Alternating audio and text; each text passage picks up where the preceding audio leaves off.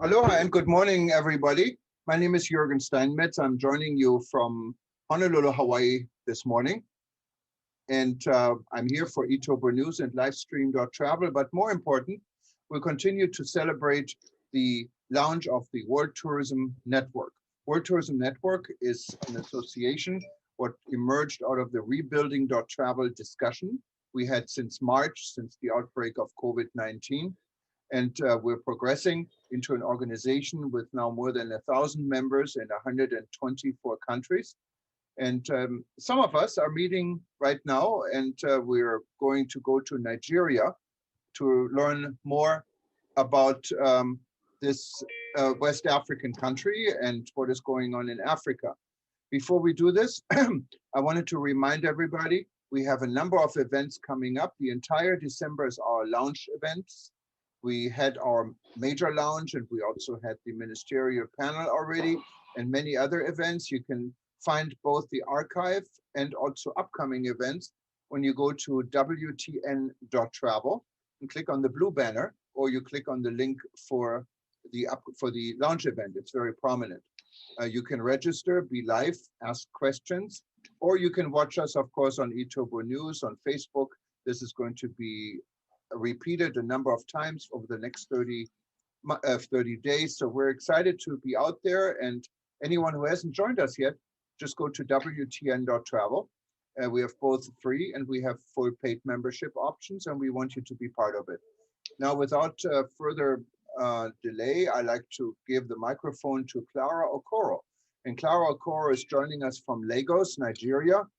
For those that don't know where Nigeria is, she will explain it. It's one of the most powerful countries actually in Africa, with a lot of people, very inventive people. We just earlier off the air, we talked about the vibrant fashion industry in that country.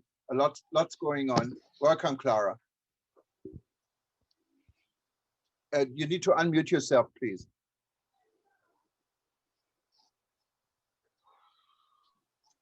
There you go. Okay, great, wonderful. Thank you, everyone. Like Jürgen said, my name is Clara Okoro, and it's a pleasure to have you all join us this evening. I'm, presenting from Lagos in Nigeria, and we're basically going to be talking about a topic that we feel would add value and if taken into consideration when policies are being drawn up and implemented. I'd like to welcome each and every one of you for taking time out to join us. I have three people who will join me on this panel, each of them an expert in the areas that they work. And we're going to have very strong value-driven discussions this evening, and has takeaway that if some of these ideas put forward are implemented, it will go a long way in making tourism very, very competitive in Africa. I'd like to welcome you once again, and we're going to be treating the topic of smart tourism in Africa. It might sound a bit futuristic, but I can assure you that sometimes when technology comes into some areas of Africa, what it does is just leapfrog. It's 5 years, 10 years, and jump into the 10th year of that existing technology. And these are the things we're hoping would eventually happen with the tourism ecosystem in Africa. So I'd like to introduce to you my panelists. I have Mr. Amos Emmanuel, founder, Programmers Foundation. I have Mr. Yasir Demnati, Associate Director of Sales, Parkyard in Dubai. And I also have Marie Glad, who is the Senior Designer, Lecturer, and Mentor at Malmo University in Spain. It's a pleasure to have them all, and we're going to keep this very short, succinct, and to the point. So our presentations are just going to last for five minutes, and then we go into the discussion panel, where afterwards you will all be free to ask questions. I'll just give a brief of who my panelists are. Amos Emmanuel is Chairman and Chief Software Architect at Programmers. He is the immediate past Vice President, Information Technology Association of Nigeria, ITAN, and Nigeria's member at the World Information Technology and Services Alliance, WITSA.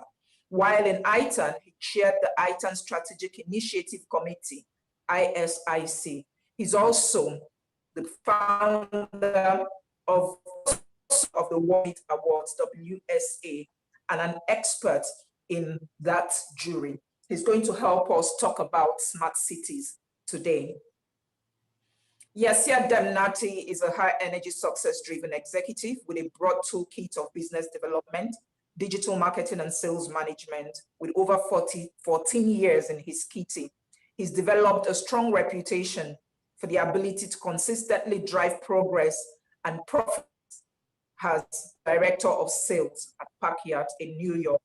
He played a series of key roles in setting the hotel commercial strategy, managing relationship with key clients, and growing the hotel's market share in Middle East and Africa. Mr. Yasir Demnati will be talking to us today about smart hotels and how in post-COVID era, this will become the norm. Marie will be talking to us about user interface. When tourists want to travel to countries, does technology play a part in the decisions they make? And I think absolutely this is key now for a lot of people who want their comfort. To go to uncharted territory where they know nothing about is a bit of a dampener in their decision. But if we have tools that can make their journeys, their travels a lot easier, it will become very competitive for those environments that they want to travel. What Marie will be looking at. She has over 20 years of experience in the field of user-centered design and digital innovation.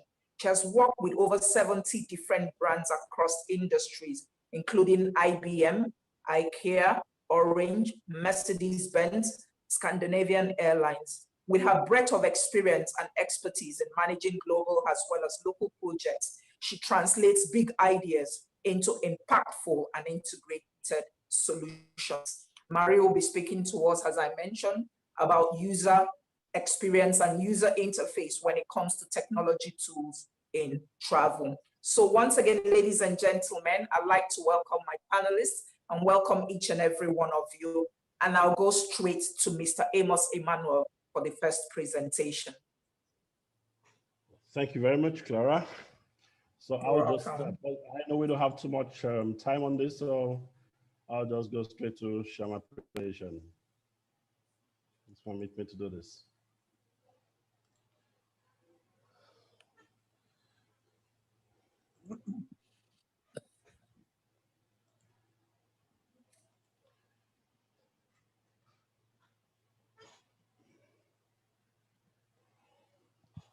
Please let me know when you see my screen.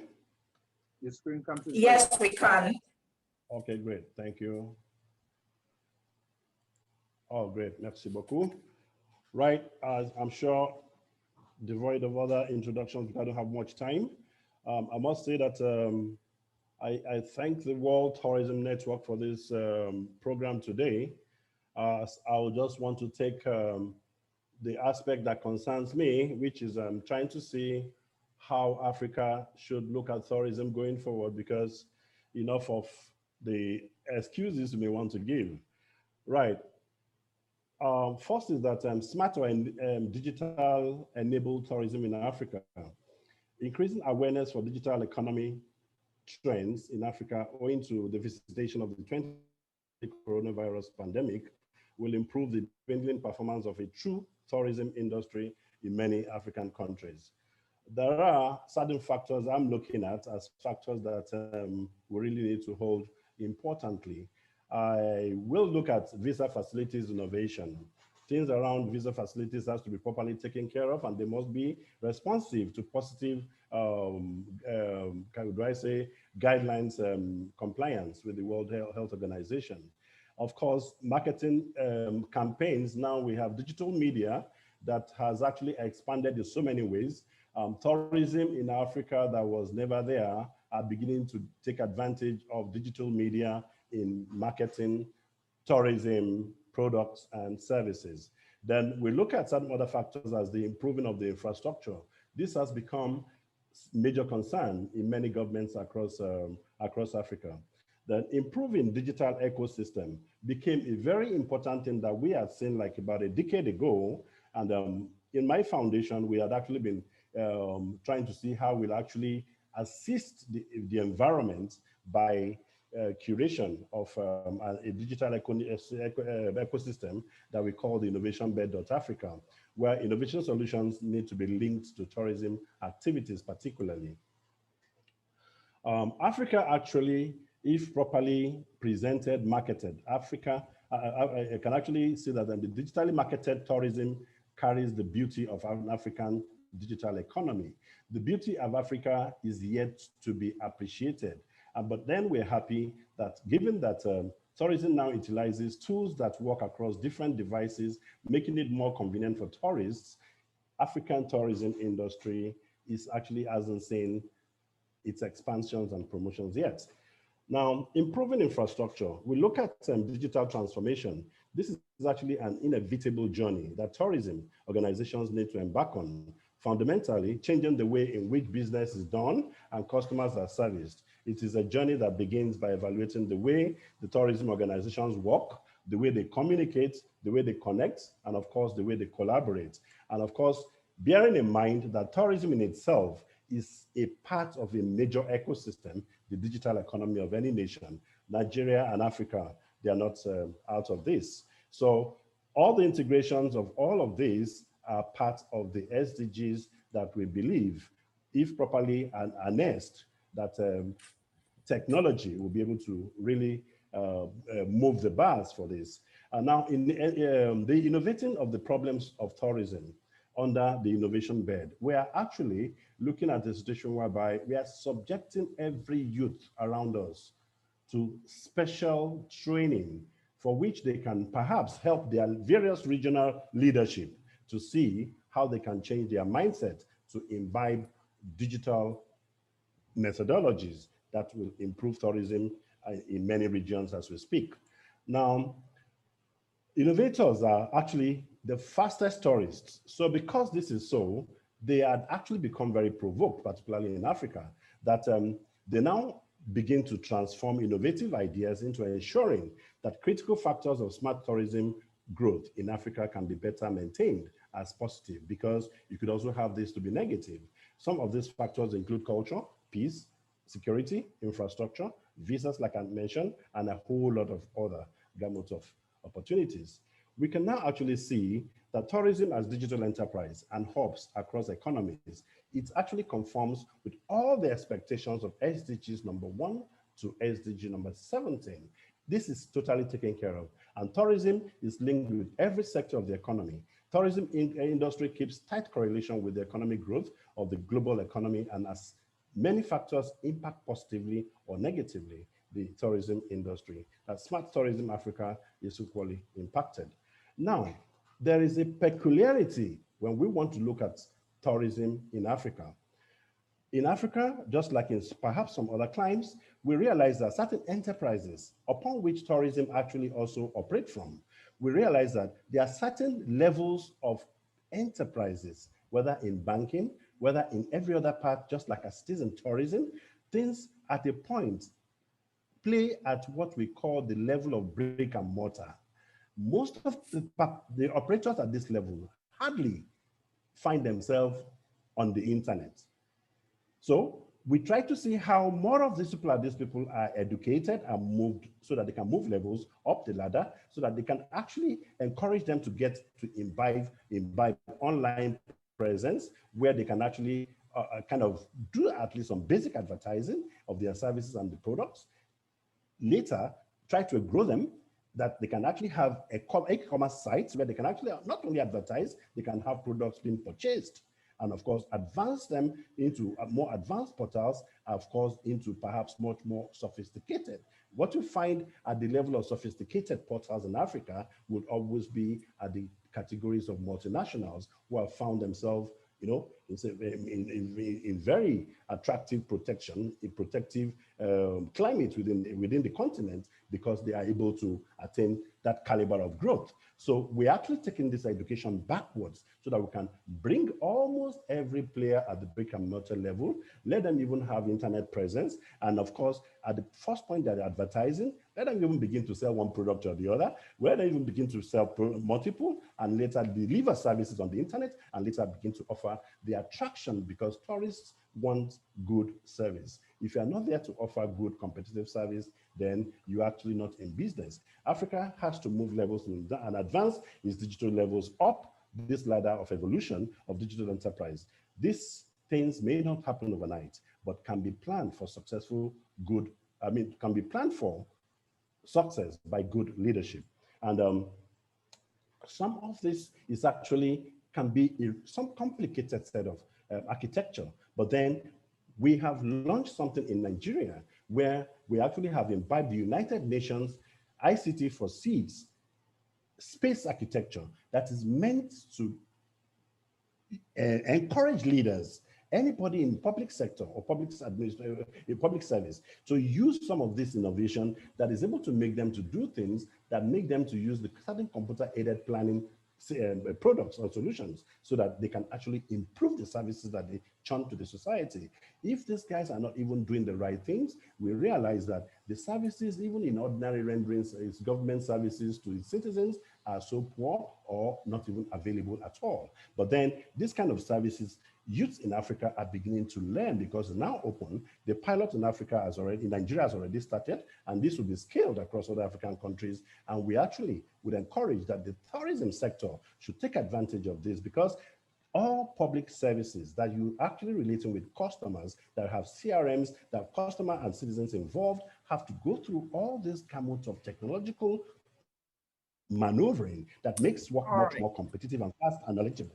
So, and I think all these are the kind of attention that we think to give the attention to the tourism industry in Nigeria. And so that by the time you have the units of the countries in Nigeria, in Africa, offer this kind of attention to their environment, enhanced innovation by Africans will sustain necessary economic development for smart tourism in Africa. And of course, the global picture of tourism can better identify some of us in Africa, in Nigeria, to join the smart global village, because we are doing the right things, and our e-services, which are now global smart hubs, will include tourism, aside healthcare, education, disaster recovery management, and some other areas of service of listening to the masses. So I think that's about my very small intro I need to put at this point. And I actually shared a link here that you can go to study some products that are innovative products that have been released in the world. As of 2019, there were tourism products released from about 5 countries that won at the World Summit Awards last year. This link can take anyone to that set of products on tourism. Thank you so much for now. Wow. This was so absolutely amazing. Thank you so much, Amos. I am absolutely impressed. And when the time you were able to give us concise and very value-driven information that is actually planned, that could be used for plans and evaluated and actually doable. This is really amazing. And I hope you can share that document with us. A lot of us would like to go through the details in working with that. Thank you so much. I'm absolutely grateful for sharing that. You have the document already. Yeah. Emmanuel, if you send the document, we can also put it in our archive so people can just simply click on it. I have it. She has it. I've sent it to her already. Yeah. Okay. Thank you. All right. Fantastic. So we move immediately to Yasir to take on his presentation. And then afterwards, we can, if we don't get Marie to join us, we can go on to the panel discussion. So Yasir, the floor is yours. Thank you so much, Clara. And I'd like to say hi to everyone and thank you for the WCN network for having us tonight. Thank you, Clara, for arranging this panel discussion. And I mean, the subject is so important that really requires us all to take a look into what kind of innovation we can bring into the tourism in Africa. I hope everyone is hearing me very well. So yes, we can hear you. Excellent. So I won't basically put up a presentation. I'll just share with you. I took a few notes, and then I'll just share with you some of my points on the subject about smart hotels. But just as an introduction, I mean, basically, technology nowadays is a crucial part of the tourism and travel industry, helping businesses with the day-to-day operations, while also improving the customer experience. Now, for this reason, it is important for hotels, airlines, restaurants, and any other type of company within the industry to keep up with the latest technology trends in the travel and tourism. Now, this is especially vital during the era of COVID-19, with the customer expectations shifting. In this presentation, I will share with you some of the new trends within the tech and hotel industry. And I've selected 7 of the latest and newest technology trends, along with some answers and applications into the tourism sector. So first, I'd like to speak about the voice search, voice control. Now, we all know how smartphones, smart speakers, AI assistants have all helped to increase the relevance of voice search as far as technology trends in the industry are concerned.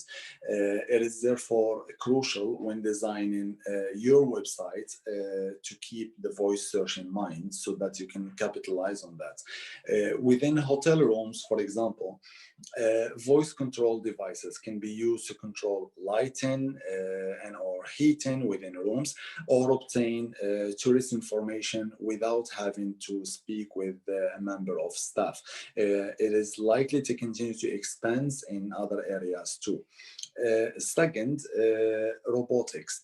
So the robotic technology is one of the most exciting forms of travel and technology trend that is constantly improving.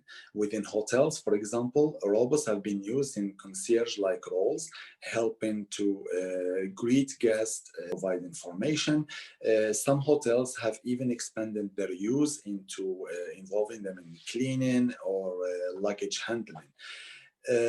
Third, virtual reality. So virtual reality has been an emerging technology in a number of different sectors, but its role within the tourism industry is especially significant.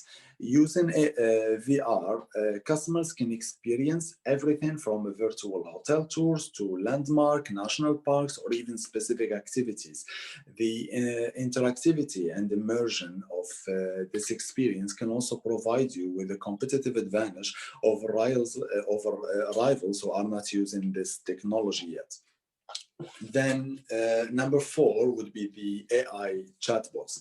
Now, AI-powered chatbots can be one of the single most sensible travel industry investments you can make, because these chatbots can, they're basically able to provide customers with swift answers to questions on a 24/7 basis, regardless of staff availability or basically time zones. This can be essential, especially in these days, to live up to the current expectations from customers. Now, typically, these chatbots are at their best when answering questions, questions with common answers, which have standard answers that are already being provided. Yet, advances in the technology means modern chatbots continually improve as they have more and more interactions. Number 5 is the Internet of Things. Now, one of the most exciting emerging travel technology trends is the Internet of Things, which involves internet-based interconnectivity between everyday devices, allowing both to send and receive data. So, for instance, Internet of Things technology can be used in hotel rooms to provide customers with a device that connects to everything from the light to the heaters, air conditioning, curtains, allowing everything to be connected and controlled from one single place. Number 6 is the recognition technology. Now, the recognition technology is especially interesting within this list of key trends due to its potential for removing friction from purchases and making interactions seamless. The technology itself includes fingerprints, retina scanning, facial recognition, and other biometric identifiers. So such technology is already being used in some hotels to allow access to rooms via fingerprints or to allow semi-contactless checkouts. Last but not least is big data.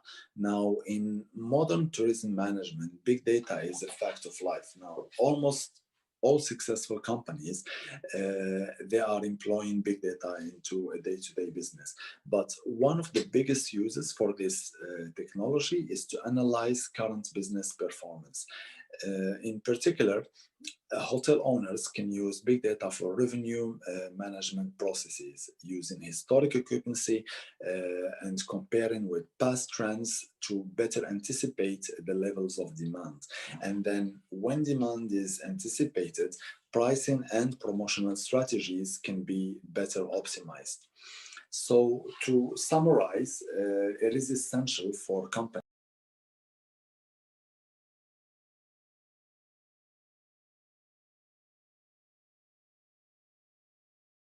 latest travel and technology trends.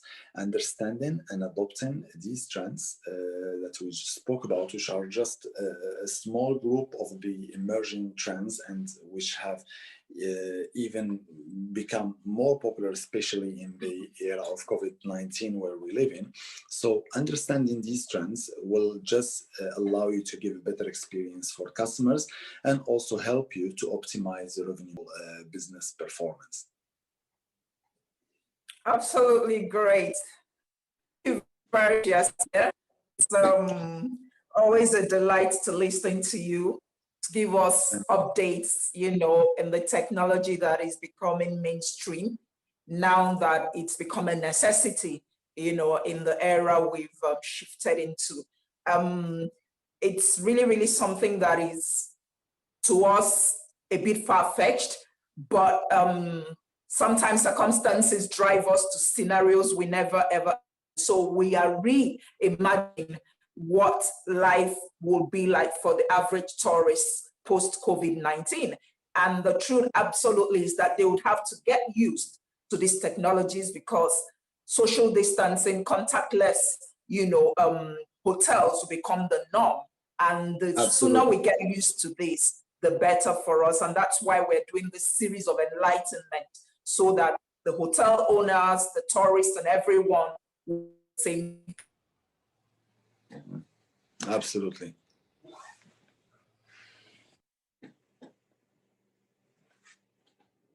I think we lost your sound, Clara. Some of the points, salient points from both papers that have been presented, both by Mr. Amos and Mr. Yasir. One or two questions from those who have joined us. So you can actually go to the chat and type in your question, one or two, and we can treat that whilst we're discussing in this panel session. So Mr. Amos, I'll go first with you. I have a question. Is Mr. Amos ready? Very well, very well. Okay, great. Now, when we talk about smart cities, we already have some countries implementing what will make their city more competitive, because apparently most of these things are economy based. So the more competitive you are in terms of drawing tourists into your country, you're competing against nations who haven't actually taken advantage of some of these tools. Can you just give us a brief overview of where you think Africa is in terms of pursuing this agenda in creating smart cities? I think first and foremost, Africa still has a whole lot of work to do. And that is why I had to take it from the point of we having to go back to what the lead countries who had advanced, particularly the countries within the G20s, let me say 10 years ago. The G20s, as at 10 years ago, actually had certain sets of things that worked for them. So Africa won't leap into a digital economy if it misses those tracks.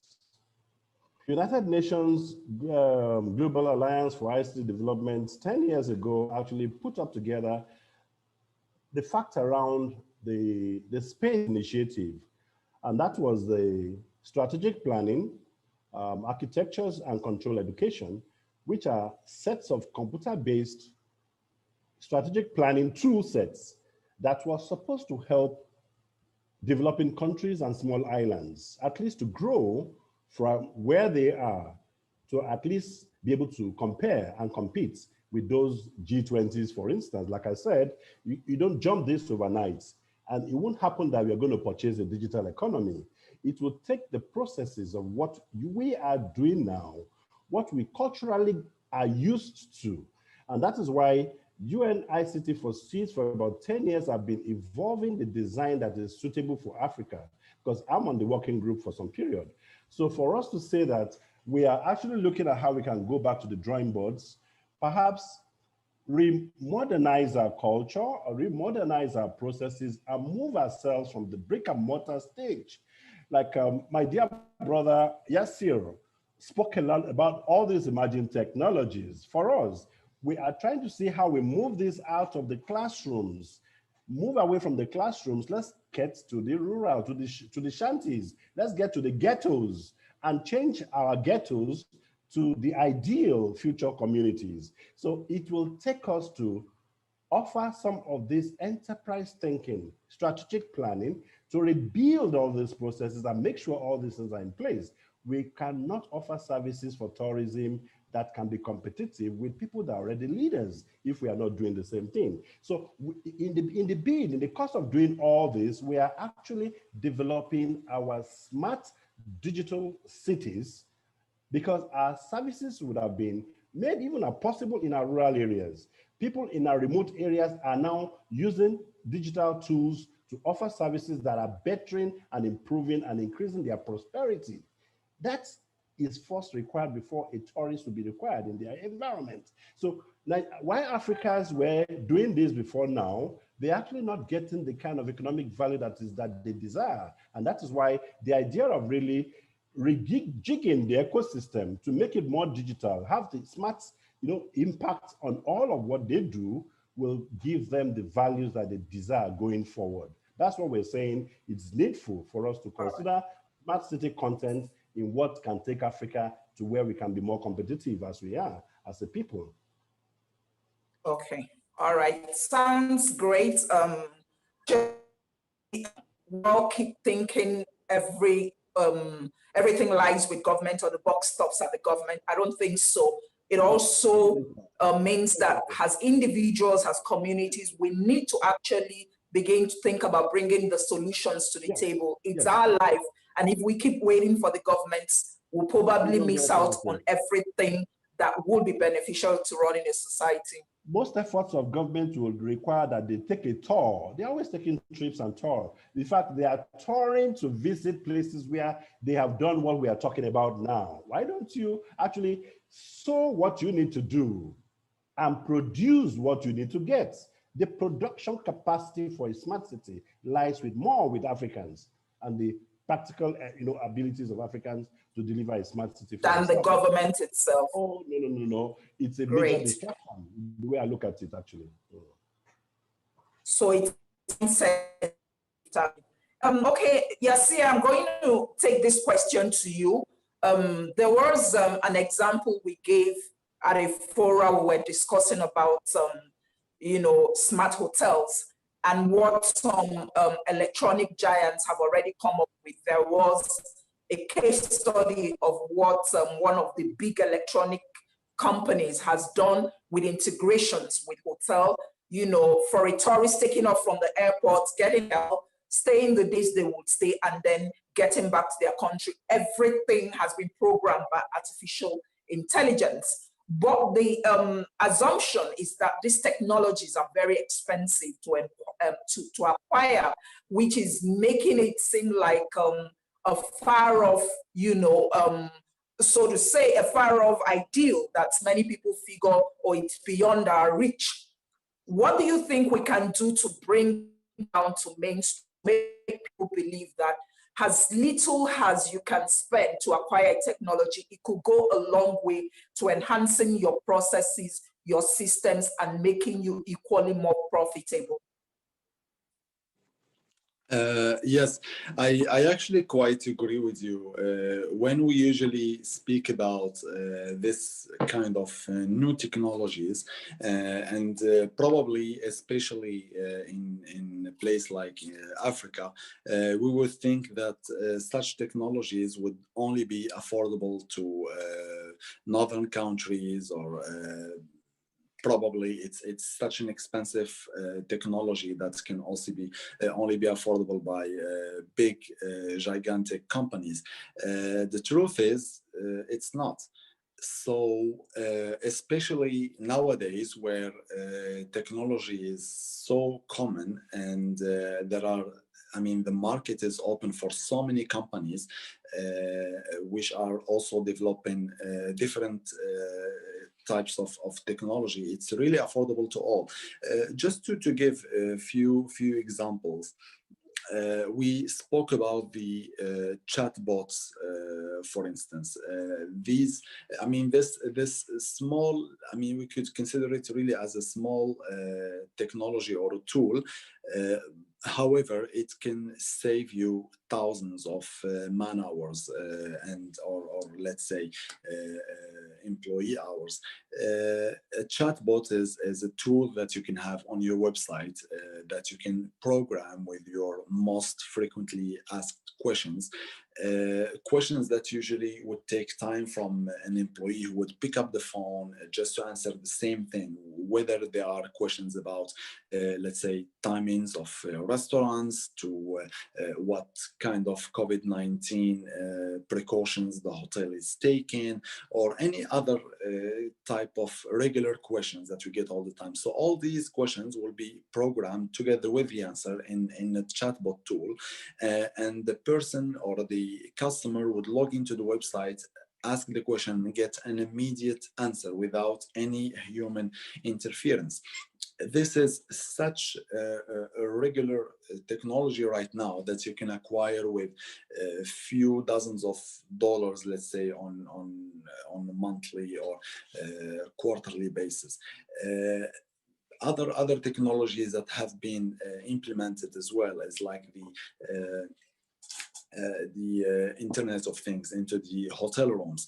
Now, perhaps this might be expensive, let's say, for an independent hotel, but with chain hotels that can acquire certain technology and then share the costs amongst multiple hotels, then it becomes, again, much more affordable. The thing is, nowadays, with the open market, especially in technology and technology-related travel industry tools, it's any type of hotel or travel industry company is able to acquire this type of tools. And just to give another example, we spoke about virtual tools. This has been now so common that, as a matter of fact, just a couple of weeks ago, I attended an international roadshow, which usually only happens in person, like some of the big international tourism roadshows, like ITB in Berlin or WTM in London and so on. So I attended a virtual one where you were literally able to select a character, to dress them up, to choose all the physical features, and then you are walking around in an environment where you meet other people you can interact with, whether it's by chat or a voice call, and it was just so seamless. But actually, this technology is not new. I remember probably more than 10 years ago, it started in a video game. It was a game called Half-Life or Second Life, if I remember well, where you were able to do the same thing. You could literally like have a space in a virtual world, acquire real estate, go and do shopping. So what we are doing is merely adapting some of the technologies that are already there into different purposes. So again, we should just remove this idea of affordability or that it's only available for certain level of companies. We should just look out there. Everything is available, everything is within reach.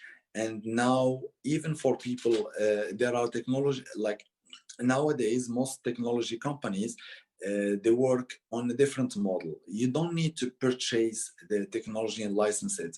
You could only actually pay for the use or borrow it. So instead of paying thousands or maybe tens of thousands to acquire certain technology, you could just pay a small regular fee, sometimes on monthly basis or yearly basis, for the use of this technology. Some of this.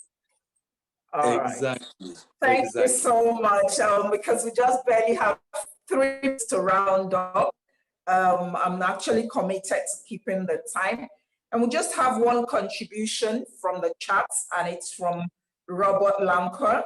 And he says, smart tourism is not only to put technologies into hotels, it is a private-public partnership at a local level, city level, with 3 objectives: connectivity, sustainability, and inclusiveness. Locations must be interested in smart tourism. If not, as in some European cities, they will reject tourism. For me, the main issue for the future is to train and educate future managers, the kind of program I give in France, Spain, and Algeria. And I guess it's also in alignment with what we're about to do with iSmart Africa as a platform where people will begin to understand the needs of Africa as a continent, so that the appropriate technologies would actually be presented to them. And the whole idea is, like we said, if we can have a mind shift and understand that the governments will not do everything. Individuals have solutions, and we don't have to wait for the government. When it comes to policies, they can always catch up, but we can provide the solutions while they are still working at the policies. It's really been an exciting evening, and the opportunity given to us by WTN to further these discussions. I really, truly appreciate the time. Mr. Amos Emmanuel, Mr. Yasser Demnati, thank you for your time. And for those who also took out time to be with us, thank you for your time, and we hope you were able to glean a bit of information from all that we have shared this evening. Once again, thank you, everyone. Hand over now to you, Jen. Yes, thank you, Clara. Appreciate it. And it's completely okay to go over time. I don't think we had any event where we really stick with the time, and I appreciate this is such a nice effort, and it's such an important subject. You know, smart cities starts with smart homes, and I mean, I have a Google Assistant, so I can just say, Google, hey Google, what time is it? That's right. Absolutely. That's one answer to me now. Let me try it again. Hey Google, what time is it? It's on Google. Oh, here it is. Always ask me to play your favorite live radio station too. Just say play NPR, for example. See, it talks back to you. Only. You can even have a conversation. You can cuss it, and it never gets upset. You know, that's the nice thing about it. But you even need to have you even need to have the network. You need to even have the network to achieve that. Exactly. It's all coming from the internet, and it's absolutely amazing. And I know many years ago, my mother received a phone call, and she was telling me she talked to this nice young gentleman, and she had such a nice conversation. And then a day later, she gets a survey call and said how she liked talking to a computer. You know, so sometimes you wouldn't even know you're talking to a computer. I give you an example. you know, the most exciting part sometimes when you get into a hotel from the airport and you get down, you know, at the foyer and you walk into your hotel room, and probably it's one of the hotels that have embraced technologies, and you can see all this reflected in the design. You get into the toilet, it could be a contactless toilet, and you're there for where to, you know, actually flush the toilet. You just needed to wave your hands and the toilet flushes by itself, you know. And these are the excitements that those who understand the needs of the advanced tourists who wants their comfort at every level. Okay, years back, if you needed a taxi, you had to get down to your hotel foyer and stand on the road and get your taxi. But now from your room, you can, through the app, just get a taxi. Once it's there, it tells you it's there waiting for you at the foyer, and you walk down and get to where you go to. And with your maps right there on your apps, you can navigate the city without having to look for someone. And so the argument is that somehow technology might affect jobs in the future. What are your thoughts on this, actually, Amos? Looking at the aspect of it taking away jobs, because we already have the apps on our doing the job for us. Frankly, before now, as an IT person, I once believed that time would not come, that man would be afraid of machine. But then, in reality, it has dawned on everybody right now to see that the changes of information communication technologies around the world are a necessity. So it's not about, it's not of choice any longer. So if you are in a manufacturing business and you realize you now have some set of innovation that may replace about 50-man line production and reduce them to just 2, one at the beginning of the production line and one person at the other end of the production line, thereby 48 people have been pulled off the production business or production line. You realize that as a business owner, you actually will respect your bank interaction because your bottom line will be talking better to you. Your products will get to the targeted places without human intervention. So many things are now come to the reality that the business owner's interests now matter. Is not about the labor that you attach there. But you see, for governments, because they're looking at politics, and man is now being placed on wrong jobs. That's why today, I try to disassociate the word job, J-O-B, from the word service. They are two separate things. Politicians will be quick to use the word job because they put you in a place for 30 days and pay you what they call a salary, and the reward system is not equivalent to the production. Whereas service means there is something you are bringing to the table and you are being rewarded for the value of what you have produced. Solving a problem. So the day we throw away the word job and begin to measure by the word service, we will be better off, whether as a public service or private. So the reality of ICT is not for us to compromise this at all. Don't put 100 men to go fight a war when a few machines can deliver your victory. I think I just put it there.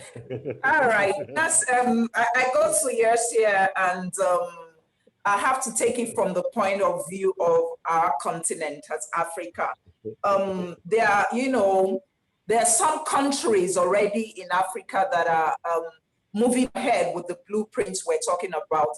In Rwanda, for instance, I'm very sure that the president is very pro-technology, and he's already some hubs in Rwanda, and a lot of the events going on there are actually looking at this aspect of turning Africa into a smart continent by homegrown technologies. And what I see is that most of the hackathons being sponsored are from mostly European countries or the EU, trying to help solve the in Africa, because have these challenges, that the opportunities actually lie. Now, yes, yeah, talking about, you know, the gradient of progress being made. We have the Northern Africa countries, the Southern African countries, and the Sub-Saharan African countries. Will there be a time when we can actually sit together as the African Union and look at an integrated technology plan that could actually fast track to enhance and make the continent competitive in terms of tourism?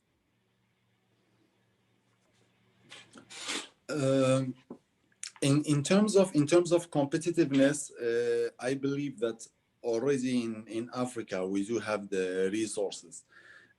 We have the human resources, we have the creativity, intelligence, the entrepreneurship. Most of the time, what's needed is just the support and guidance, or let's say platforms where youth could actually they just need opportunity to bring what creativity and to bring their solutions to the table.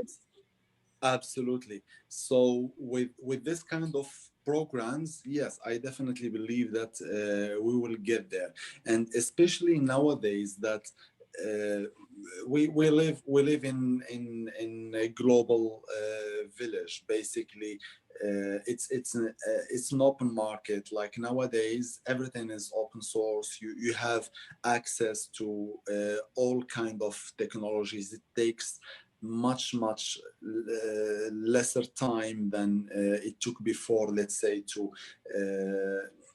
uncover a new tool. If tomorrow a new technology comes in Northern Europe or in Americas, it will only take few weeks before another startup comes in with a better version by already discovering how the previous one works and then developing a new version. Because nowadays everything is open out there and everything is accessible. So I just believe with the right platform, with the right guidance and resources, yes, we can definitely compete. All right. Yes, it's an extremely interesting discussion for me. I also wanted to read a message I received on Facebook. Cuthbert Nikube, he's the chairman of the African Tourism Board. He's watching us on Facebook. Hello, Cuthbert. Let me read your message. Just thank you, Jürgen, for sharing. Smart tourism is the way to go for Africa, and it needs to move up the ladder. I totally agree. So thanks for that comment. And you know, I hope also with WTN and our affiliation with the African Tourism Board, we literally Siamese twins. We can work together in bringing this forward for Africa and also for other parts in the world. I would welcome anyone who wants to get involved. I think it's a good business decision to think about. We talked about fashion, but also talked about a discussion group within WTN on smart cities. I think it could really be beneficial. I actually, if you don't mind, I don't know if she is willing to or has a microphone, but I see Professor Dr. Snežana, and I'm pronounced this probably wrong. We just announced she's the head of our educational forum. She's joining us from Serbia. I don't know, Professor Sena, if you just want to say, have a comment on this, how this would go aside with education and so forth.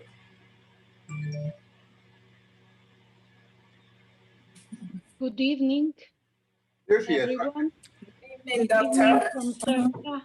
It was very nice panel. Really, I enjoyed very much. As you know, education is the most important thing for every aspect of tourism, because we have to educate people from the bottom to the top.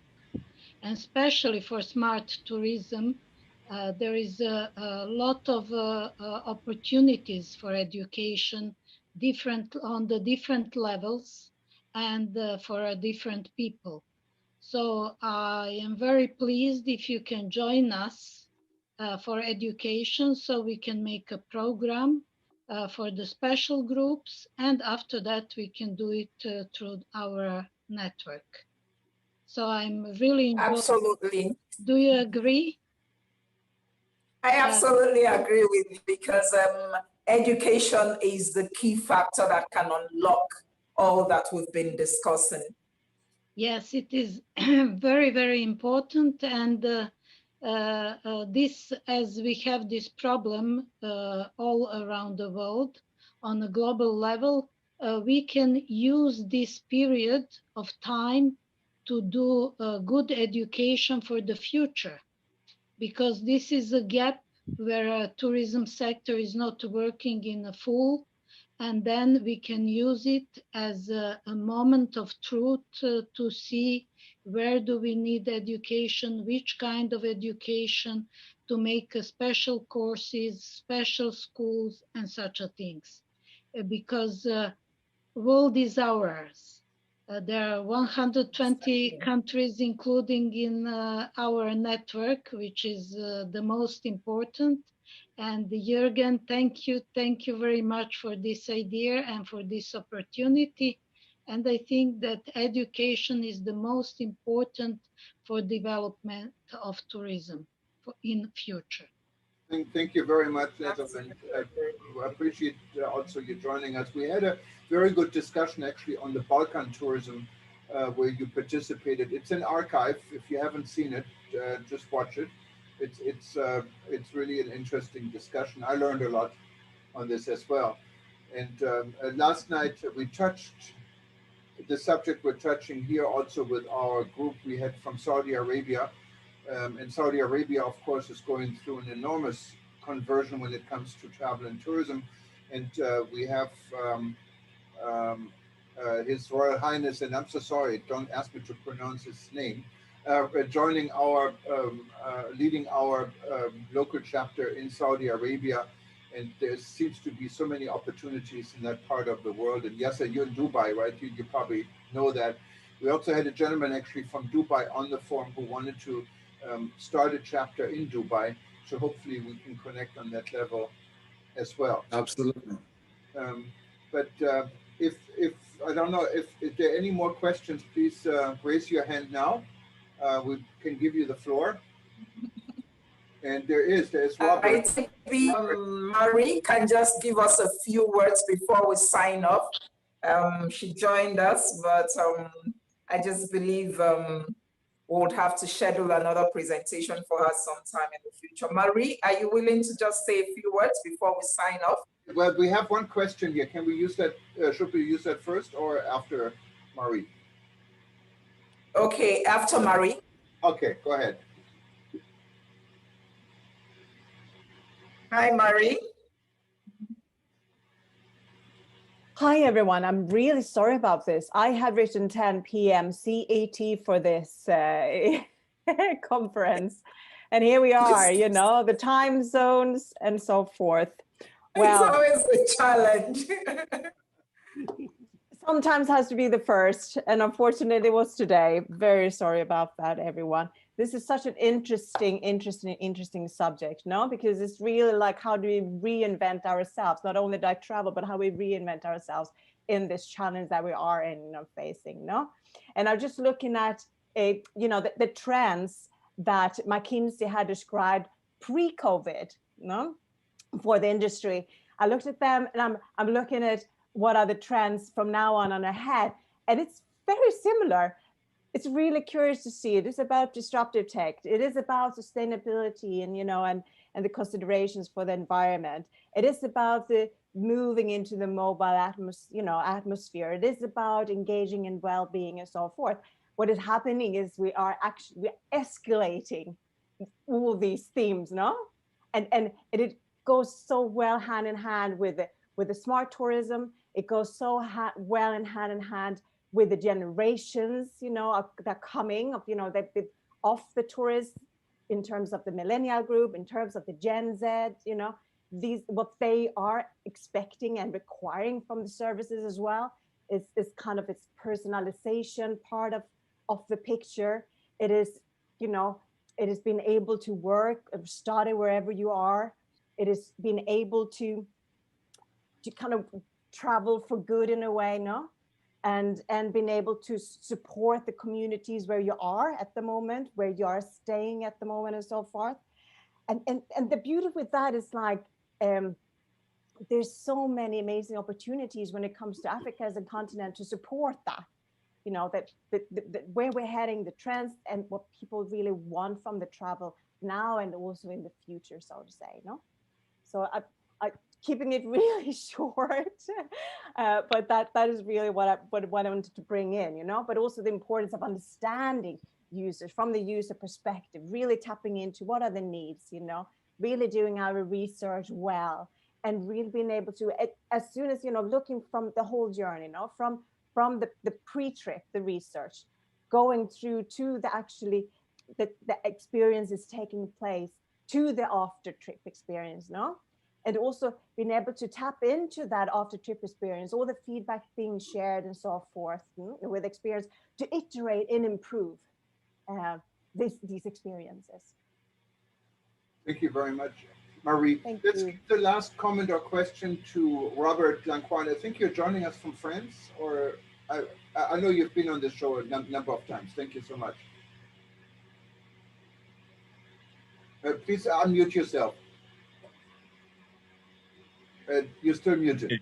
Yes, thank you very much. No, I am not speaking from France. I am French, but, you know, I am speaking from Cordoba, Spain, where I am living, you know, and I work exactly on this field of smart tourism. I develop a lot of program, and there is some even article and chapter of books in EG, published in Philadelphia, and I am very pleased to listen to you. I try to develop this kind of program in Algeria, Morocco, because, for example, at the end of this month, I will go to Tangier and to Fez to speak about that. And I believe that the real problem for me is the education problem. We have to go beyond the technology to put in hotel, etc. We have to go even beyond for revenue management and yield management. I am teaching yield management, and I even have a small business with my son on revenue and online service, management service for hotel, hostel, etc., etc. But really, and I am very pleased that to listen to what was saying Clara. In Africa, the future is the use of this online digitalization to allow to a lot of people at a reduced cost to promote and develop tourism. And as I say in the paper, the smart tourism has 3 pillars, you know, sustainability, very important, connectivity, and inclusiveness. If you don't if you forget to work with a local population, you will have trouble, as we saw in some European countries, in some European cities. And thank you very much for all. I can even send you some document in French and English and Spanish on smart tourism I was doing, and you know, Clara, I will send you that soon. Give me your. All right, thank you very much. Yeah, feel free to send us. You can just put it and add it to the form. And if we do decide, depending on any of you, to start a smart city interest group on WTN, we can collect all these items in there as well. And before I give Clara the last word, I just wanted to thank everyone who's watching us right now, everyone who will be watching us. And I wanted to remind everyone to go to our website, WTN.travel, click on the lounge events on the blue banner or on upcoming events, and you can register for many more sessions coming up between now and the end of the month. And if you're not a member yet of the World Tourism Network, please become a member. We have both free and paid options. Of course, we prefer the paid options, but either way, you go to WTN.travel and click on register or become a member, and we would welcome you with open arms. And with this said, and aloha from Hawaii to everyone. Clara, you have the last word. Great service, luxury rooms and stylish decor all feature in the best of hotels. However, no matter how plush your pillows are or great the bellboy is, it can still feel like there's a little something missing. We live in the age of technology, so in an effort to keep up with the times and stay relevant, hotels are starting to get more high-tech than ever before. We're talking check-in robots, smart mirrors, and VR games rooms. These are 10 of the most high-tech and futuristic hotels from around the world. The Strange Hotel Japan. The Henna Hotel, or Strange Hotel as most people call it, is quite possibly the weirdest and most futuristic hotel in the world. On the face of it, the building is very normal. In fact, everything about the hotel is normal until you get acquainted with the staff. The reason why the Strange Hotel received its rather fitting name is because of its 140-strong robotic workforce. From check-in to check-out, robots look after your every need throughout your stay. There are wheeled robots, ultra-lifelike humanoids, and even a couple of dinosaur receptionists to greet you on your way in. Robots do pretty much everything at the Henna Hotel: housekeeping, room service, waitering, you name it. Alongside the robots are a number of other high-tech features, including facial recognition room entry, sensor-triggered lights, and AI smart assistants in every room. In addition to the kitchen team, there are a few other living and breathing staff at the hotel, but they're only really there in case of emergencies and mostly go unnoticed. Pengheng Space Capsules Hotel, China. Capsule hotels are nothing new and are becoming ever more popular as our most visited cities become more overcrowded. However, this one is a little different. The Pengheng Space Capsules Hotel made the news all around the world when it first opened, and I can assure you that it was not because of their comfy mattresses. Featuring a spaceship-like theme throughout, robotic staff, and a number of tech amenities, this ultra-futuristic capsule hotel lives up to the hype and its name. All of the brightly LED-lit capsules feature flat screens, tablets, and a mission control station where you can control the lighting, temperature, and the automatic sliding doors. The very well-trained robotic staff look after all of your needs, from serving drinks to booking tours in the city. While this capsule hotel might not offer the biggest rooms and comfortable environment, it is incredibly cheap at less than $20 a night. It really does give you a glimpse into the future. Just remember to pack your blue light blocking glasses. Eccleston Square Hotel, London. The Eccleston Square Hotel is widely considered one of the most technologically advanced luxury boutique hotels in the world. Each room features a digital concierge iPad, the latest 4K 3D televisions, smart glass frosted bathroom walls, touch-controlled glass keypads, handmade massage beds, and a complimentary smartphone with unlimited data that guests are free to use throughout their stay. The Eccleston Square Hotel's amenities blend in perfectly with the classic British decor, making for a seamlessly perfect technology-filled experience.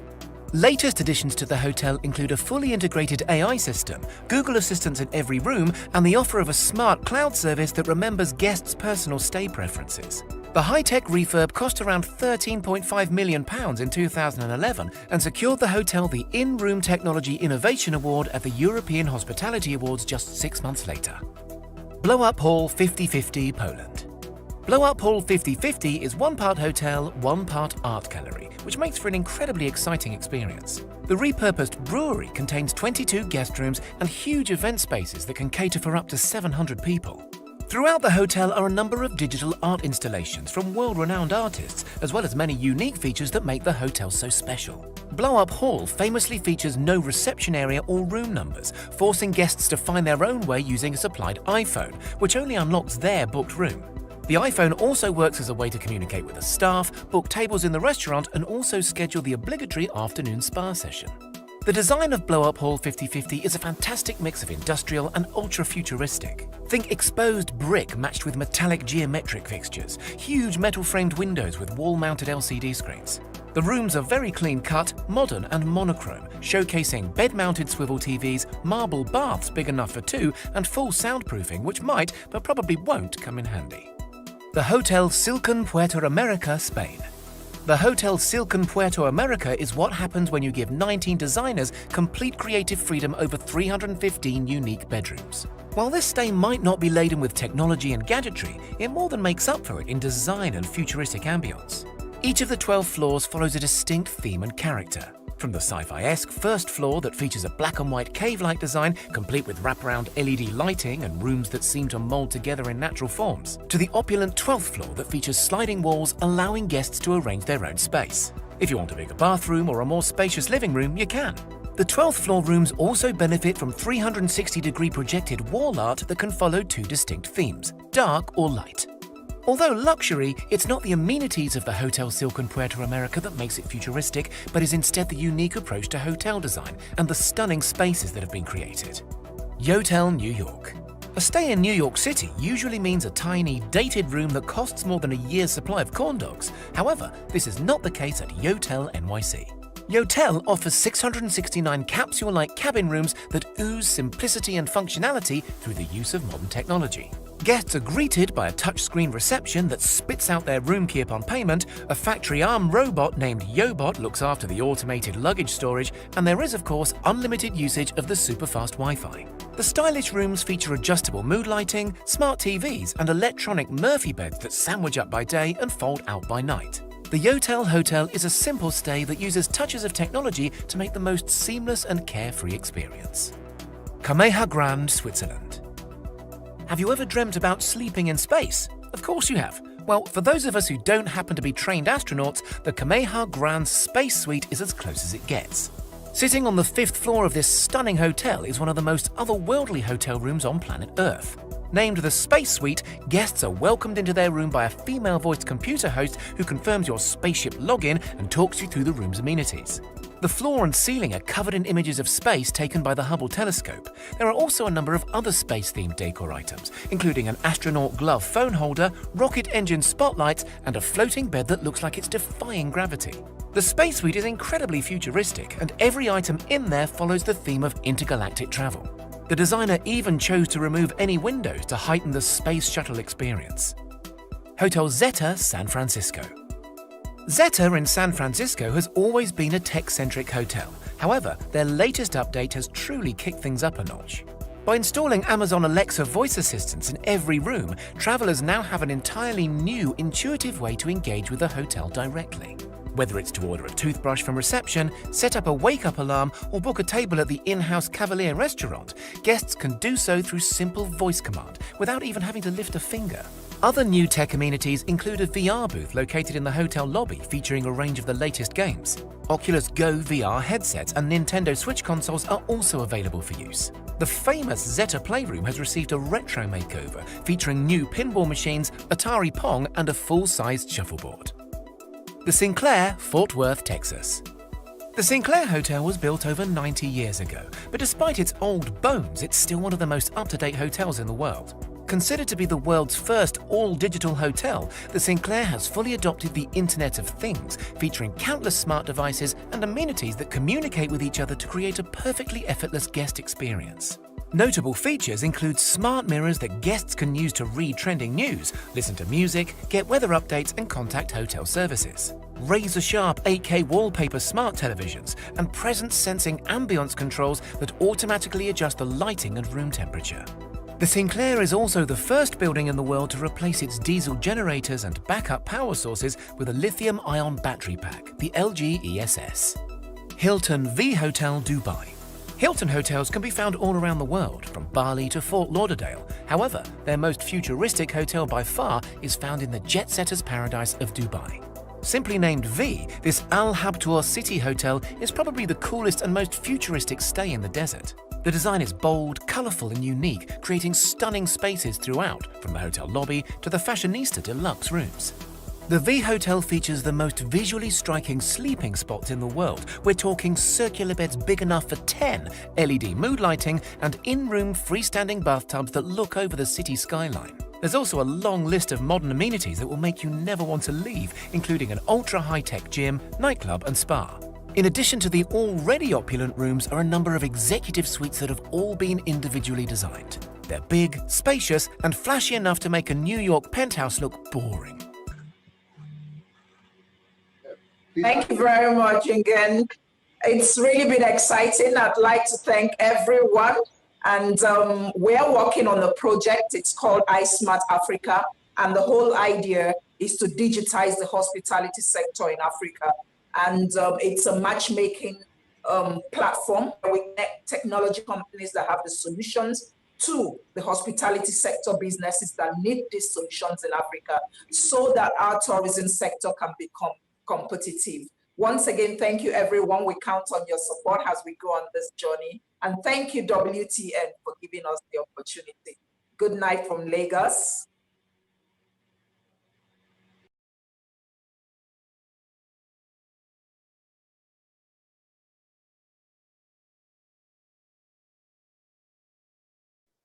Well, good morning from this part of the world. My name is Jürgen Steinmetz. I'm joining you from Livestream.travel and eTurbo News in Honolulu, Hawaii. But we're really here for a different reason today. We're here to celebrate the launching of a new association, what's the World Tourism Network. We're having events all through December, and thank you for attending this one. And if you're looking for more content or you wanted to look at some of our great events we already had, just simply go to WTN.travel and click on the blue banner or the Expo lounge, and you will find all these events. If you can also see it on worldexpo.travel, everything is summarized with all the old recordings during what we did so far.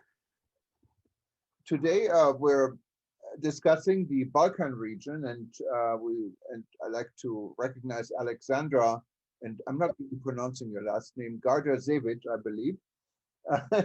She has been our chapter president for the Balkan region for quite some time, because this was our first chapter, and actually Alexandra was the one who recommended, and when we start WTN we should have chapters, and we took her advice, and now we have, I think, 11 chapters so far. We're introduced or ready to introduce, and the Balkan region, Montenegro, that's where Alexandra is our first chapter, and also she has been active, and she will tell you a little bit more about it.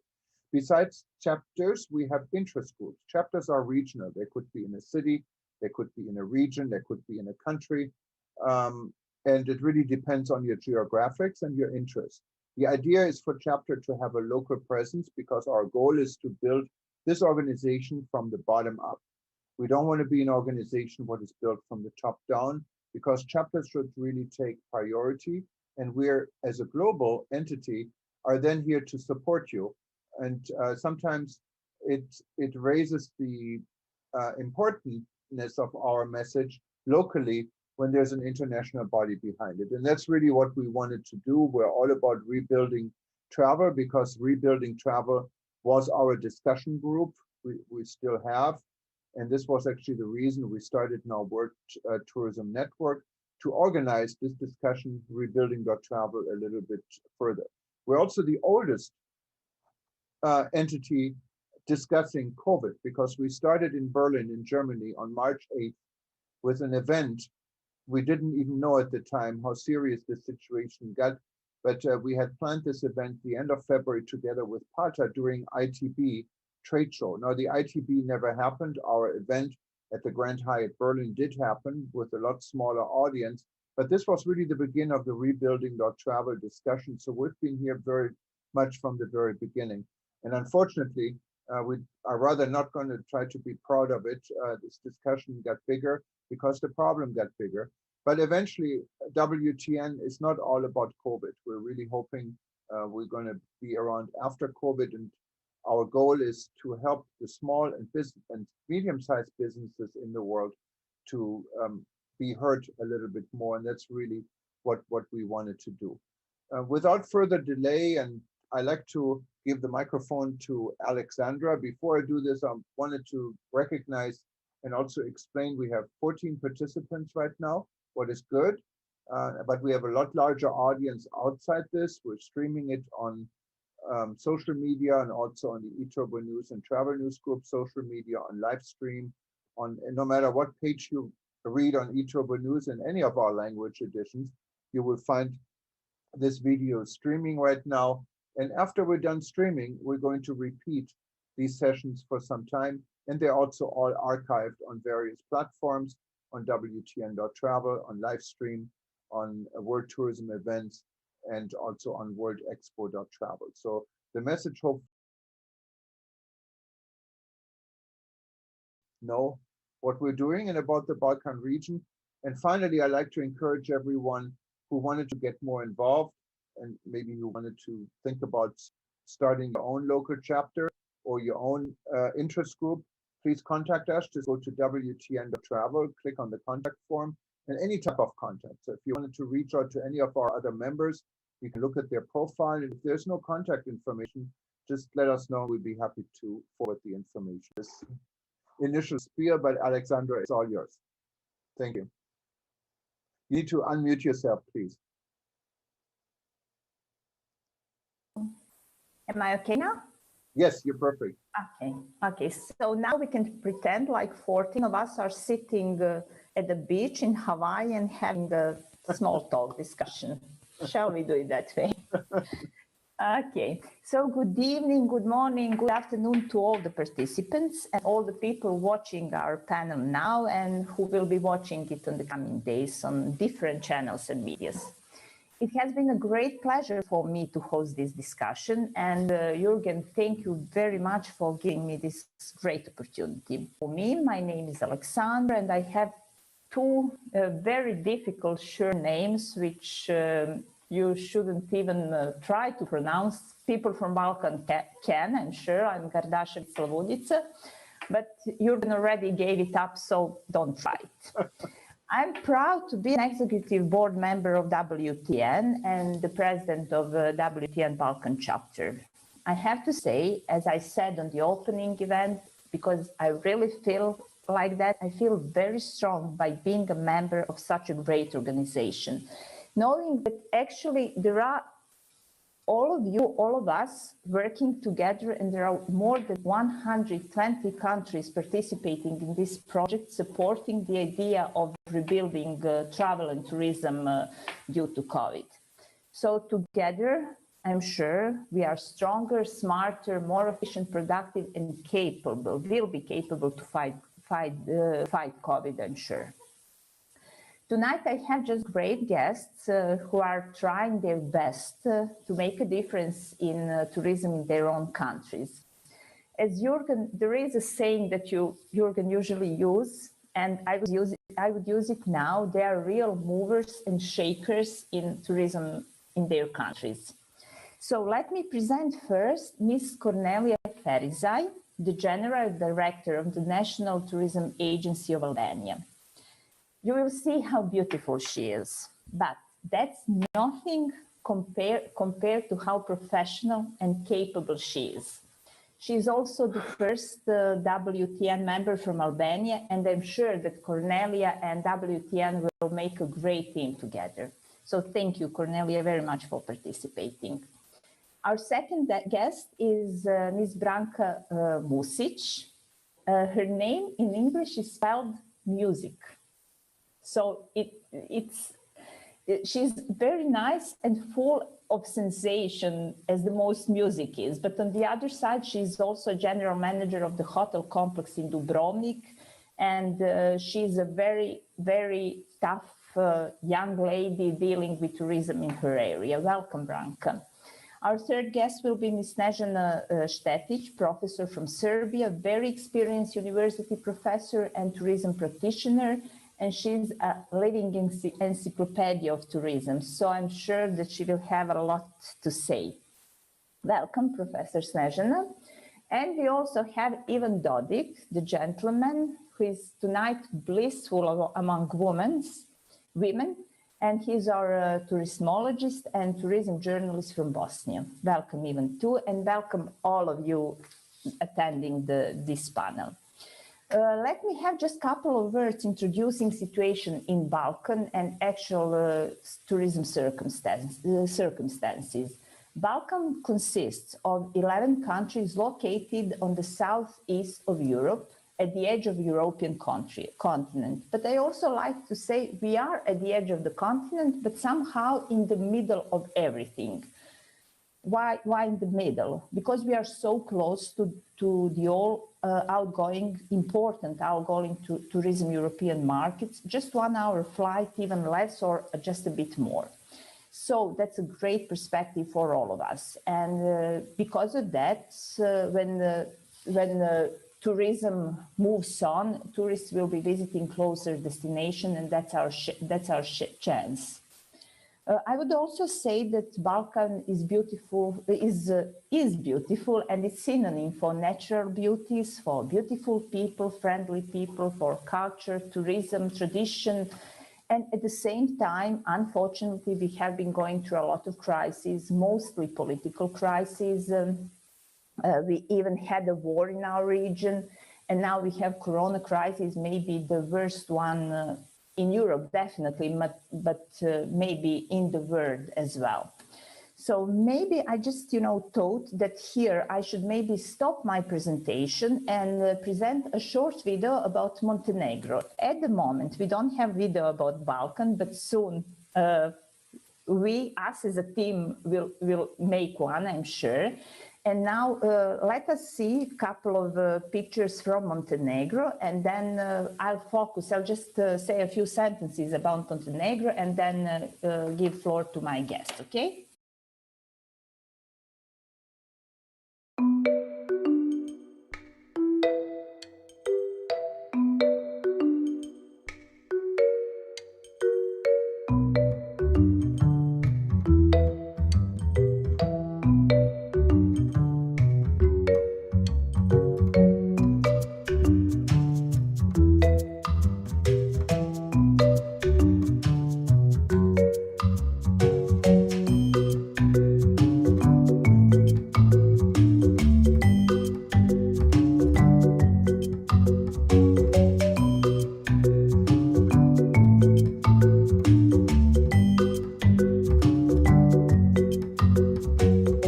Welcome to Montenegro, the small country of great opportunities, unusual, different, unique.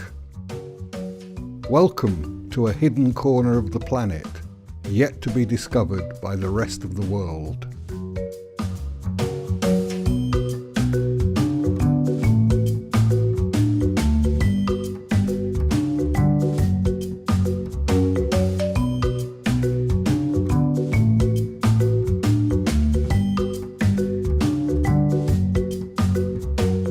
Podgorica, the capital city, located in a green valley only 40 kilometers from the sea, connecting southern and northern Montenegro, as well as different cultures, religions and nations.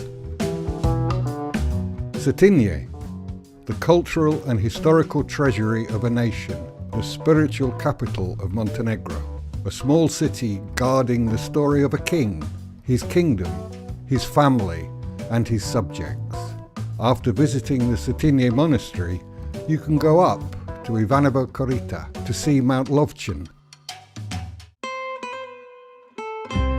Budva, beautiful sandy beaches and tranquil villages in the hinterland, the peace and quiet of its monastery gardens, hidden coves, glamorous hotels, the best music festivals and concerts in Europe, the city of outdoor theatre stages, the cosy terraces of fish restaurants. Budva is also home to Sveti Stefan, a glamorous island. Bar, on the shores of the sea and the lake, a city of olives and wine and multi-ethnic harmony.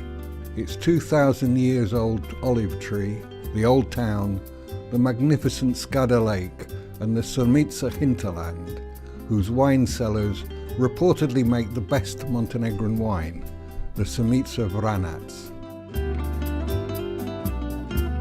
Ulcinj keeps within its walls the history of famous warriors, pirates and prisoners, such as the celebrated Cervantes.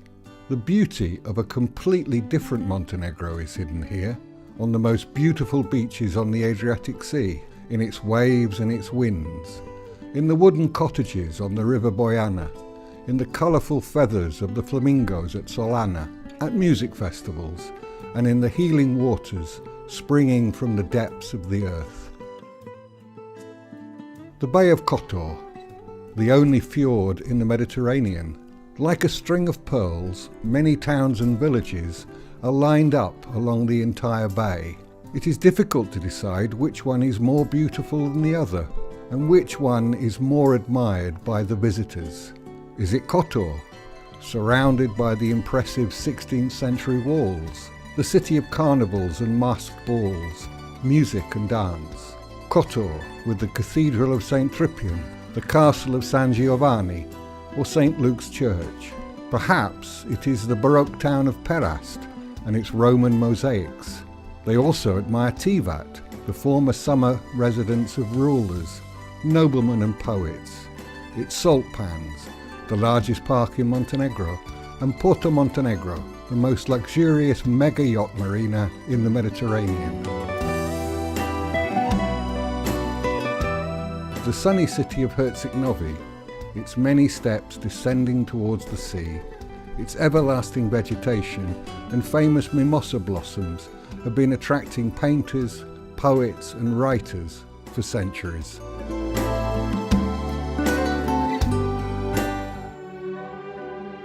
The national parks of Montenegro are the country's greatest treasury. Lovćen, with its dense forests, and the scenic village of Njegoši. Durmitor, with the wild river Tara, glacier lakes. Skada Lake, with its Dalmatian pelican, and Rijeka Crnovica. Biogradska Gora, with the Biogradsko Lake, located in the heart of Europe's last virgin forest. Prokletje, with Ali Pasha's springs, Lake Plav, and its unexplored, breathtaking beauty. And we haven't shown you everything yet. Kolashin, the largest ski centre, a mountain town where you will enjoy the specialities of our national cuisine.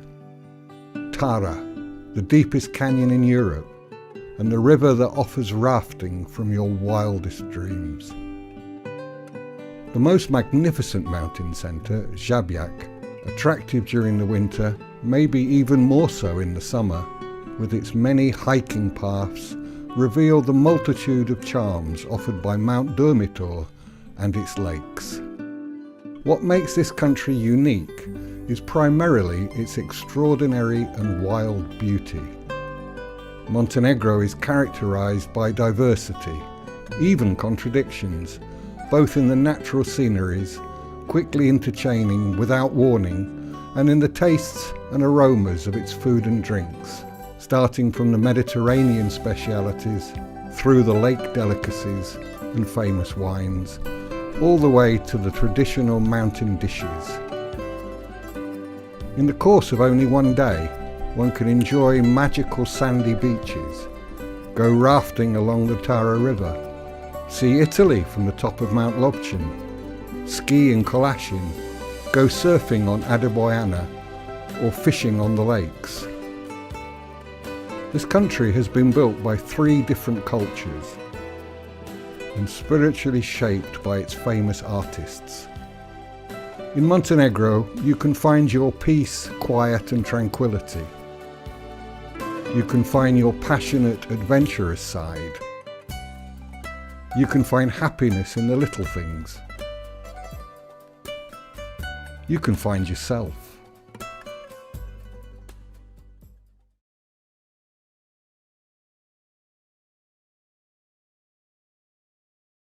So you liked, I hope you liked it, okay? So as you could see, I think you agree that Montenegro is a beautiful country. We are beautiful, but very small country, 600,000 people only. In 2019 actually was the best year regarding tourism in our country, and we had almost 3 million of tourists visiting Montenegro. But at the beginning of the pandemic, we projected the decrease in tourism for about 50%, but unfortunately, it was much, much higher. On the other side, Albania and Croatia managed to keep their figures much better, but Cornelia and Branko will tell us more about that, I'm sure. In summer season actually in Montenegro was in the light of government change and elections, because we have changed the government after 30 years. So new government just came in power after only 3 days ago. In May, there was a story that I would share with you shortly. In May, we were first corona-free country in Europe, which was a huge mistake. And this is, we proclaimed Montenegro as first corona-free. And after that, the numbers of COVID started rising, and the reputation of destination, of course, started failing, and tourists lost trust in the destination. So I would say that actually we had two reasons why and also what I have to say during the pandemic, the bad strategy was reflecting through closing borders with our main markets, Serbia and Russia. But the markets were not closed due to Corona reason, but due to political reasons, unfortunately, and that was another attack on the economy. So there were a lot of failures happening in Montenegro during Corona, and I would just put them in two categories. So the first reason was because politics entered the tourism completely, and I think I said enough about that. And the other one was destination marketing has completely failed. Our national tourism organization did not do much. Actually, they did not do any good, honestly. And the good point at the moment is that soon national tourism organization strategy and concept will be changed by the new government, and that's the new chance for Montenegrin tourism. National Tourism Organization was also main promoter of corona-free status. They were not giving advices to government not to do it. They were on the other side. They were not helping medium and small-sized businesses to handle the situation, to market their infrastructure. We did not have any protocols, just a couple of protocols on papers. We did not train our staff to implement protocols. So, all in all, we definitely failed during the phase of, during this period until now, and hopefully new things will happen soon. So I hope that soon we will build our destination as corona responsible destination together with the Balkan region. We will return trust. We will focus what we have to do and all have to do on digitalizations, innovations. And I think that's now we have a chance to finally rebrand our destination, to build a new Montenegrin brand, to make it stronger and position it better on the European market. So until now, we had mass tourism, which was not a good choice for Montenegro at all, as we are small, and for other reasons as well. So from now on, I hope that we will focus on luxury, ecotourism, sustainable tourism instead of mass one. And I think I should not speak more about Montenegro at the moment. I propose that now we go to Albania. We travel to Albania, and I suggest that we have virtual trip to Albania. And if you agree, I would play a video about that beautiful Balkan country. You will see how beautiful it is, and then Ms. Cornelia will say a couple of words about it. Is it okay? Perfect. Yeah. Okay. Let me share it. Hope I'll be better this time. Yeah, here it is. Oh. Yeah. Okay. Nice. To flow with Europe's last wild river, to find the wisdom of old stones, to feel the touch of the sun, to measure your day in your own heartbeats. On your way to find yourself, you'll find fairy tales, you'll find perspective, you'll find the place where you really can go your own way.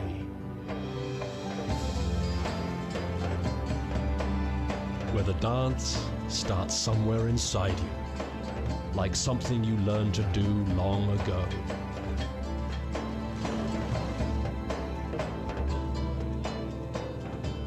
To set off as a traveler, to stay as a guest.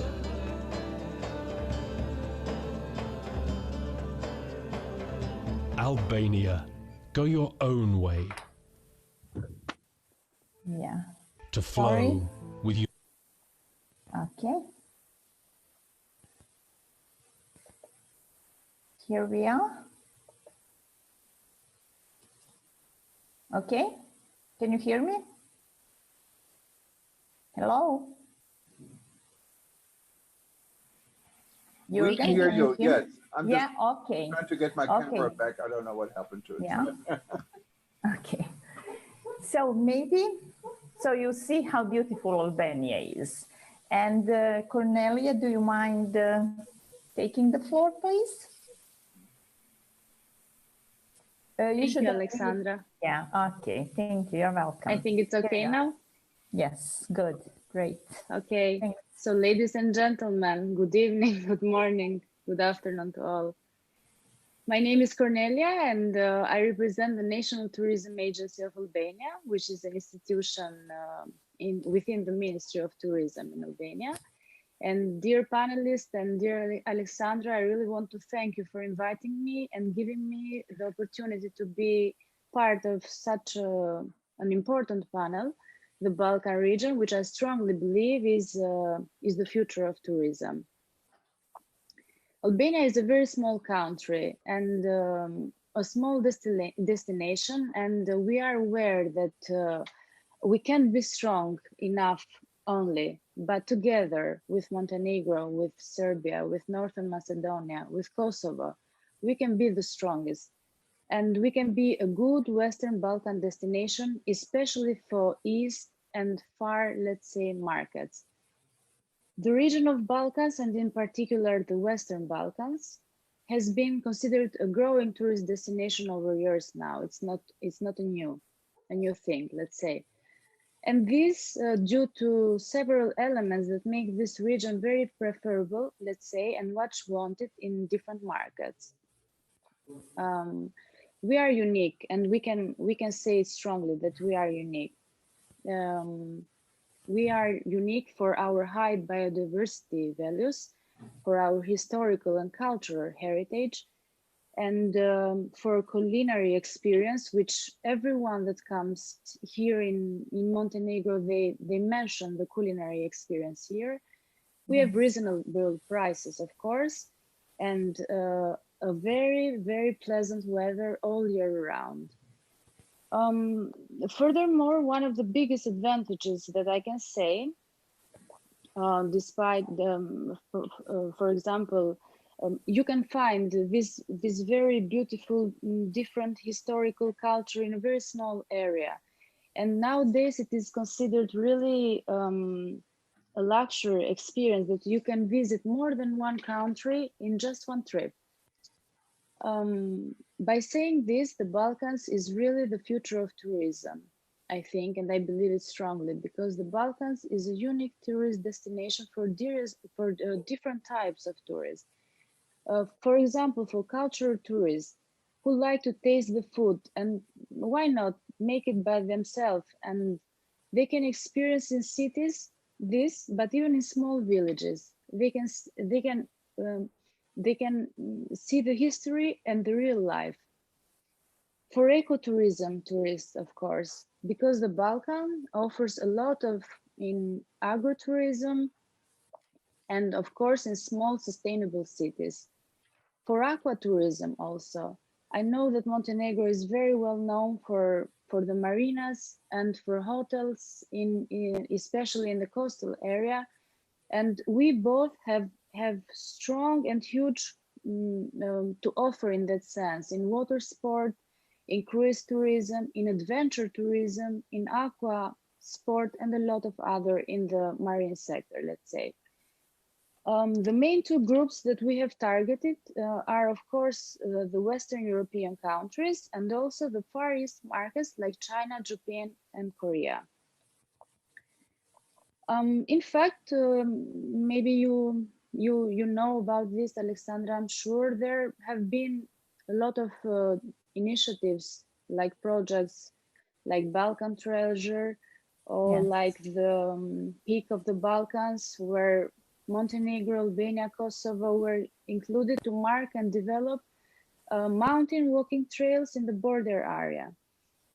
For adventure tourists and for mountain tourists, this part was targeted as a unique destination, really. Actually, Albania is also part of different project areas in IPA that work to develop tourism in the Balkan region, especially to promote thematic routes in the Balkan countries and trying to sell a united touristic product. I want to say, what about today and tomorrow, especially in the pandemic crisis that we have now, unfortunately. Especially now during this difficult time of pandemic, despite the difficult tourism season, I want to say, and I'm proud of that, that we managed to be an open destination. But we opened the borders, let's say, from the 1st of June, and we managed the situation really good, let's say. But anyway, we strongly need to develop a joint tourism approach now. We need to create joint and internationally competitive and culture and adventure tourism offer in the Balkan countries. I want to mention that the region economies need to diversify their offer, and the region has high potential, of course, natural and cultural heritage for tourism development, from mass tourism, which we are not so, Albania is not in the mass tourism indeed. No. And maybe this will be a positive side, let's say, for us. Albania can attract this different kind of travelers by serving their demand for the off-season, especially because we are blessed and we have a long season.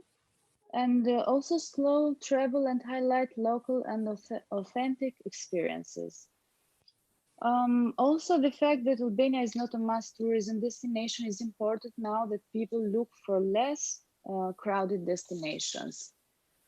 Regarding COVID situation, compared to other European countries, Albania has low COVID cases, as I mentioned before, and the health system hopefully is managing pretty well the situation, let's say. With the hope that in the first months of 2021, I want to be positive in that sense, we are optimistic, and I really hope that we will restart again tourism. Today, tourists and travelers look for a new authentic experience, as you all know, not mass touristic. And the future of tourism, I strongly believe, in the Balkan areas must be treated as a combination of all elements that our region offers for the biggest tourist market. We, Albania, as an integral part of the Western Balkans, can demonstrate and will demonstrate our willingness and our commitment to be the most active part of the joint collaboration. We should build back stronger together. And we should work for our destination in 3 directions now, I think. We should react, so respond and manage the situation. We should rethink, reevaluate, and to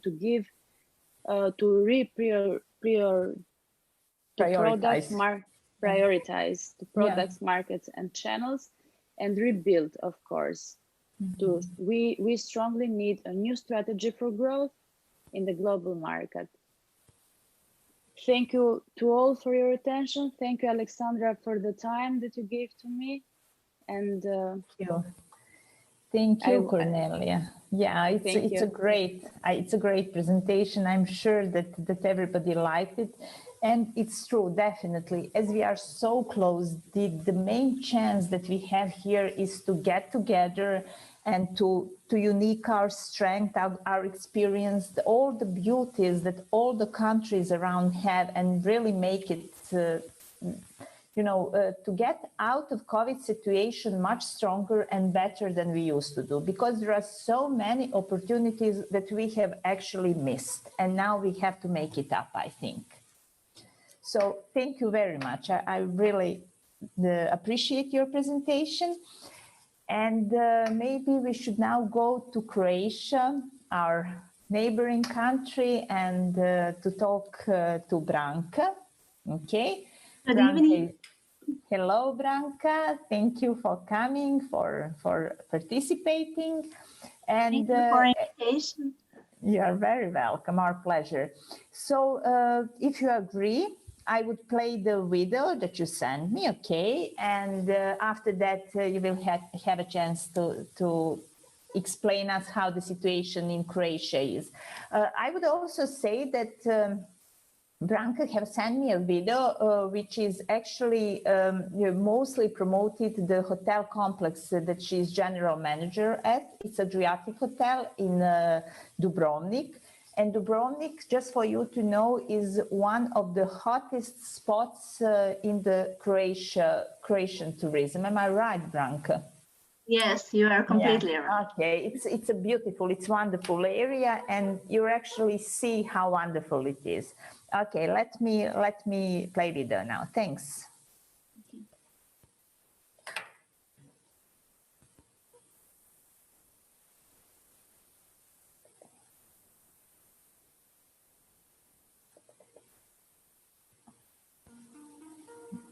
No, not yet. Give me a minute.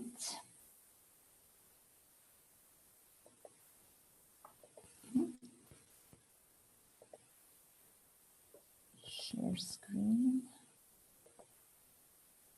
Okay, here it is.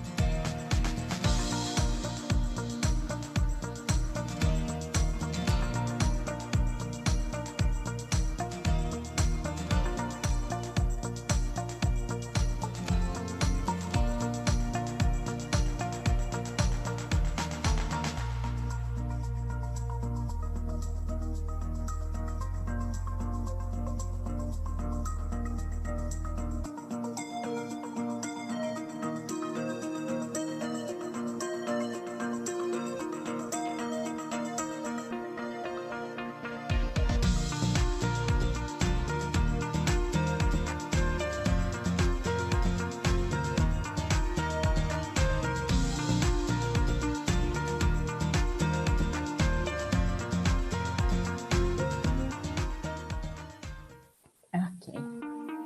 Sorry.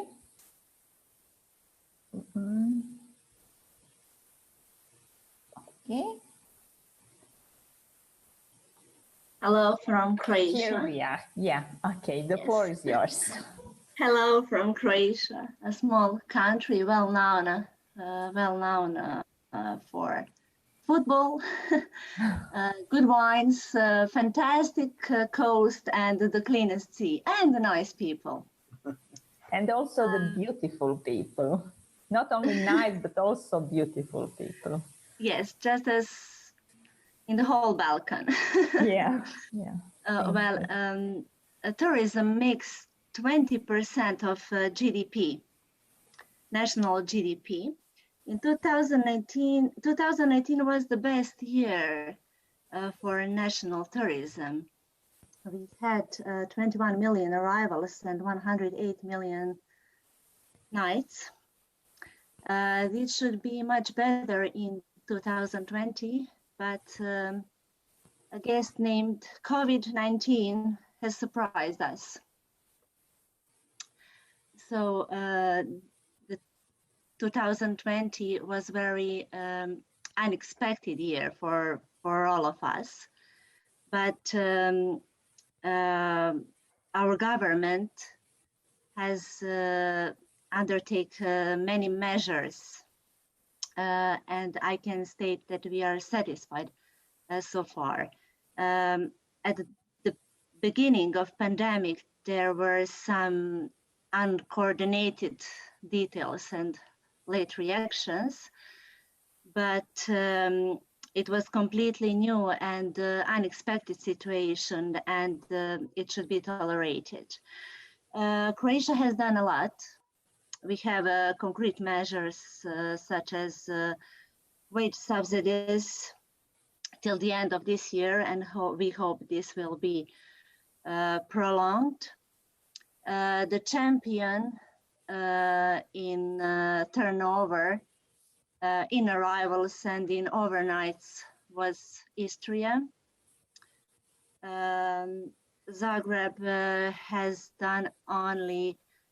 achieved only 30% of last year's turnover, and Dubrovnik-Neretva country had drop in turnover of 65%.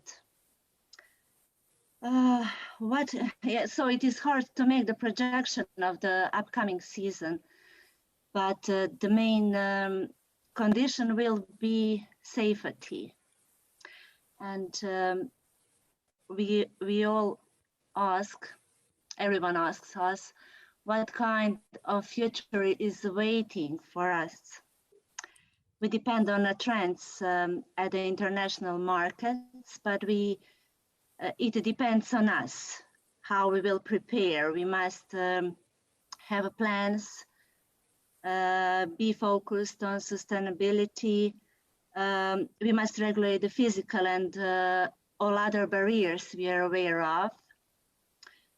Problems may be restrictions that our potential guests may meet, such lockdowns, other government restrictions, value-added taxes, which are the highest in Europe, overall economic situation, but the safety will be priority. The time ahead us is a time for adjustment, and we were used on good business, and tourism was happening to us, to all of us, and we were aware that one day it will be changed, but we didn't expect it will be so fast. Safety and the support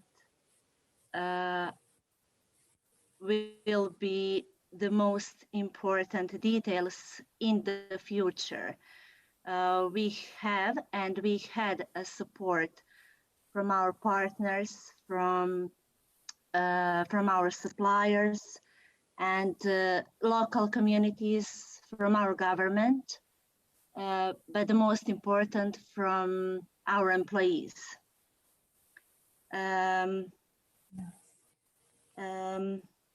We have survived, and I think the most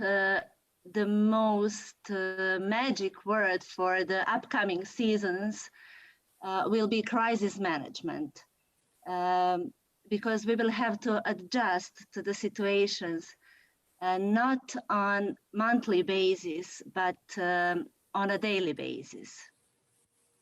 Yeah. 2020, we have survived, and we hope 2021 will be much better. This year, I can say something about our hotel. We have achieved only 10% of the last year's turnover, and this is not something we are proud of, but as the season was unpredictable, we hope to reach in next year to reach 30% of 2019's turnover.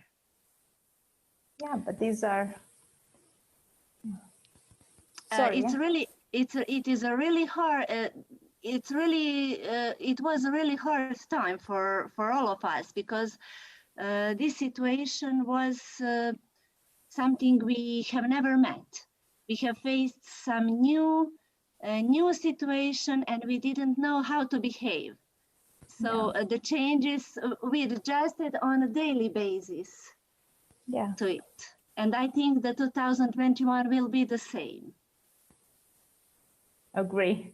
And actually the point is this panel and WTN portal and support is actually the place where we can all meet, find solutions, because nobody who's left alone or who is a solo player in this terrible COVID game can succeed. So it's good actually that we are gathering together and finding solutions and trying to put all the situation under control. Thank you, Branka. Yeah, thank you very much. We'll discuss details a bit further.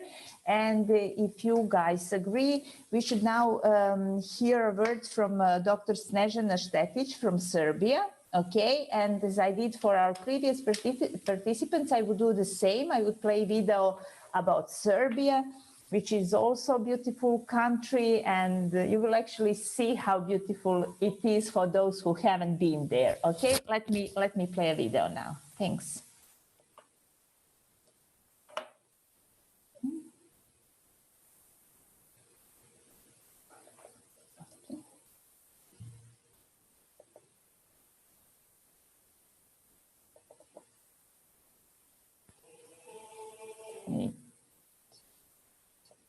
I'm not good as an IT expert.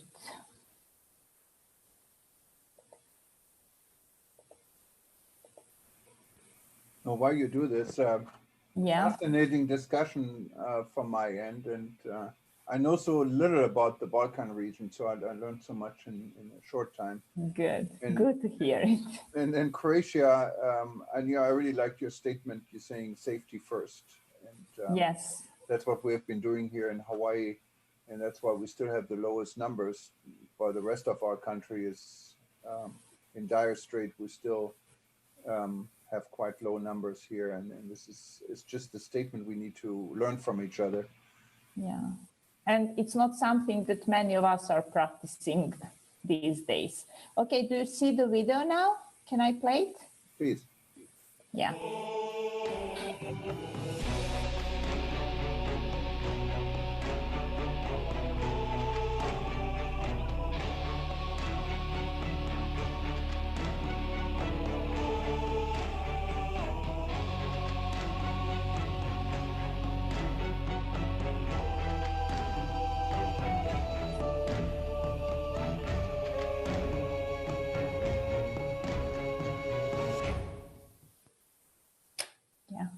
That was short one, but good one. Very nice. Yeah, okay. Okay, Dr. Snežana, could you please join the discussion? Good evening, good morning, good afternoon from Serbia, Belgrade. I'm very pleased that we have this discussion tonight, especially because Balkan is a very interesting, very nice, and it should be a very popular tourist destination. Serbia is the only country from those Albania, Montenegro, Croatia, Bosnia and Herzegovina.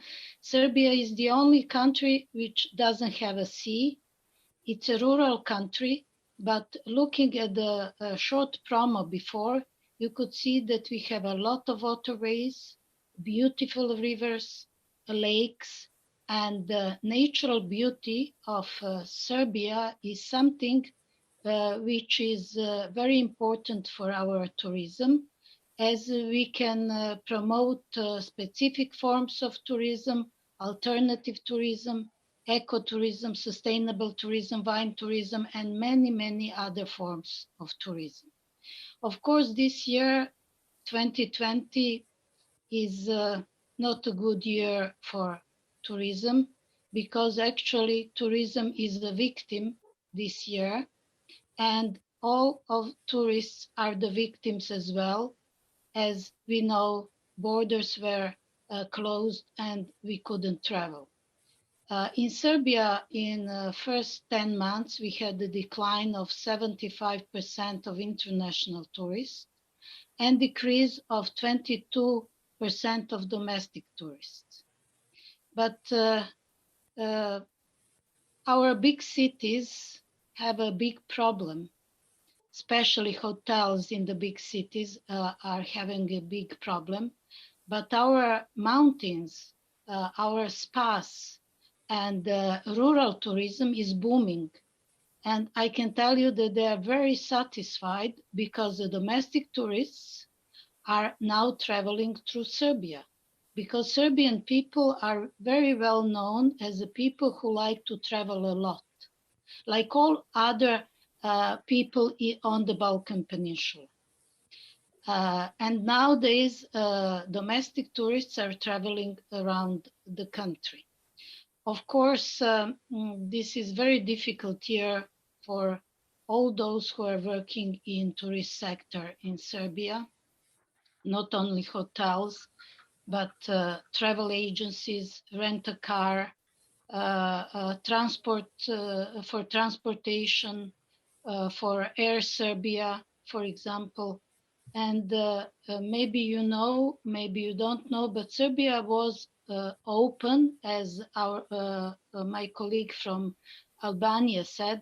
Serbia was open country and our borders were open for the tourists, but some borders were closed to our tourists. And Serbian people like to go to Montenegro very much, but the borders were closed. They went to Greece and suddenly those borders were closed. So a lot of tourists from Serbia went to Turkey, to Egypt, to some countries like that. But it was in July, August, and partly in September. As all of us know, this year is a terrible year. But I was always optimistic, and now I am optimistic because I see this year as a chance to reorganize our tourism sector, to put together all stakeholders to work together and to make better tourist products offering to the international market. And this year is a year of rebuilding travel. And because of that, this idea of rebuilding travel, of our network, is for me the most important thing which was done in this year. Because thank you very much for all of you who put us together, because now we have to work together. For example, Balkan Peninsula, Europe, Western Europe, all the world, because only together, the small pieces of tourism sector, together we can make many changes. And because of that, now we have to keep in mind that tourism has to be rebuilt. Of course, nothing will happen until the end of this year because it's very close. I'm not sure at the first quarter and the second quarter, but maybe third and fourth quarter will be better for tourism. Most things we have to, as we have to put people together, because as we know, a lot of people in tourism lose their jobs. Some business were terminated. Hotels were closed. My friend from London told me she's working in a big hotel. She told me that because it's a corporation, they have 5 hotels, only 2 of them are working nowadays. People are losing their job. They don't know what to do and such things. But of course, all of us together, I can think that we can make a change and that we can work together. Why I'm saying that? As you know, Serbia was always crossroads from the north to the south, from the east to the west. Many wars were on this in this area through the history, through the centuries, and always we came back as a bird phoenix. We came from the ashes, and I think that the tourism has to come back from its ashes better, much better, and because of that, we have to this year and the first half of the next year to think as a chance to make a better tourist products, to make better tourist destinations, and with the new strengths to go to the new tourist season in 2021, if not, then 2022. But I'm optimistic, and thank you very much that you put us together, because now my optimism is growing after this Great. after this session. Thank you very Thank much. you. Thank you. Thank you very much for. And welcome to Serbia. We will be coming soon. You didn't say something. As I'm a licensed tourist guide, I have a license in Serbia. I have a license number 1. I'm not the oldest guide, but I work a lot as I work as a university professor teaching tourism, and I'm teaching tourist guides. I have a specialized schools about guiding rural tourism and many other forms of tourism. I will be your special guide when you come to Serbia. Yeah, thank you very much. This is what I was going to say. When WTN team comes to Serbia, then you will take us around to make sure that we see all the beauties of Serbia. Thank you very much. And what you just mentioned, and I'm sure that the rest of the colleagues agree, the domestic tourism is not something that the Balkan region should rely on, because we are somehow, all the countries in the Balkan are small to rely on its own citizens. So actually we should make regional tourism domestic tourism. That's, I think, something that we should go to. Okay, thank you very much, Dr. Snežana. And now it would be nice to hear our gentleman, Ivan Dodig, and we will see beautiful emotional video from Bosnia that Ivan sent me, and we are going to share it now, okay? Give me just a minute.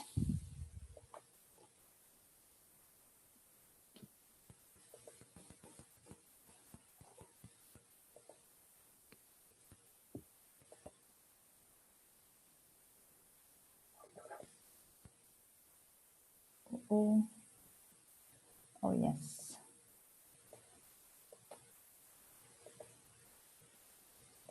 I have to go to YouTube even. And if you send the videos, we can put it on the archive separately. I will. That's wonderful. So what did I do? It's not what Ivan sent me. Sorry.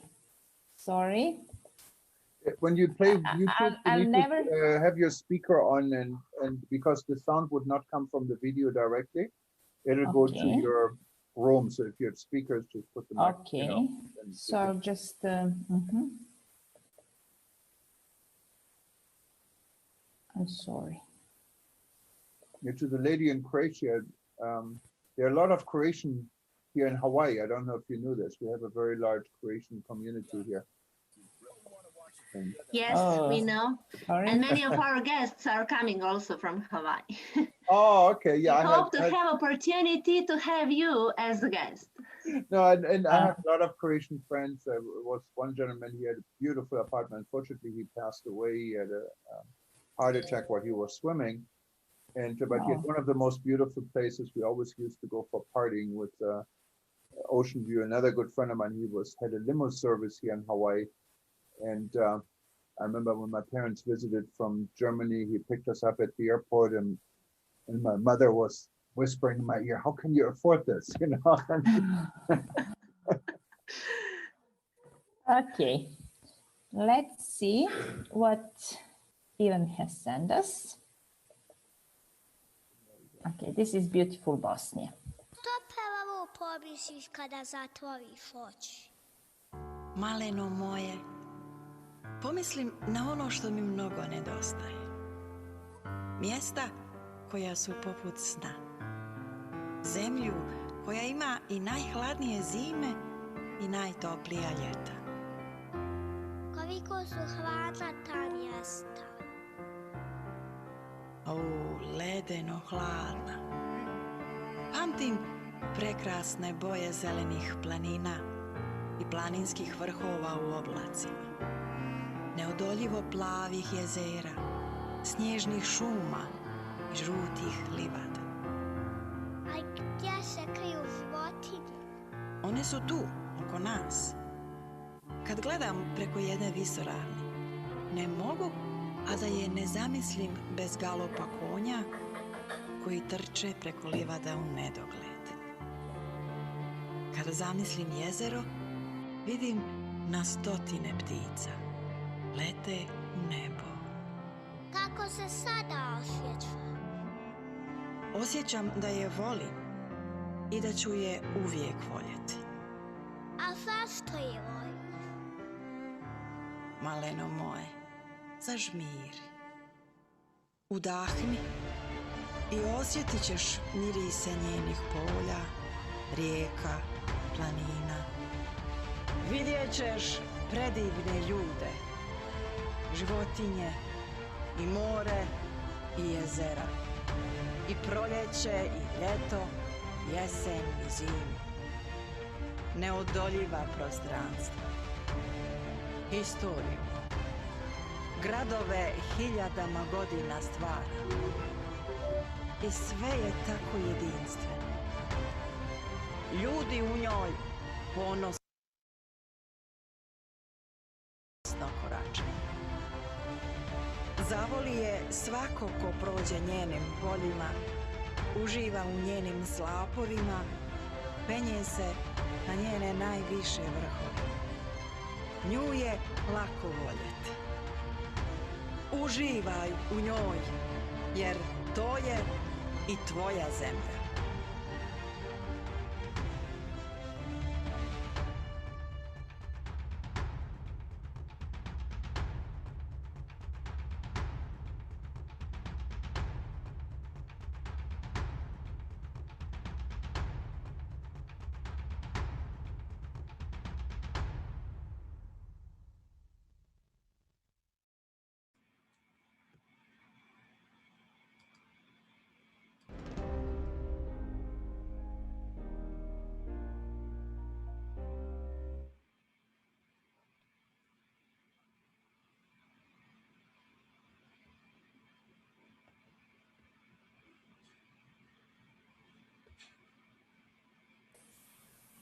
Here we are.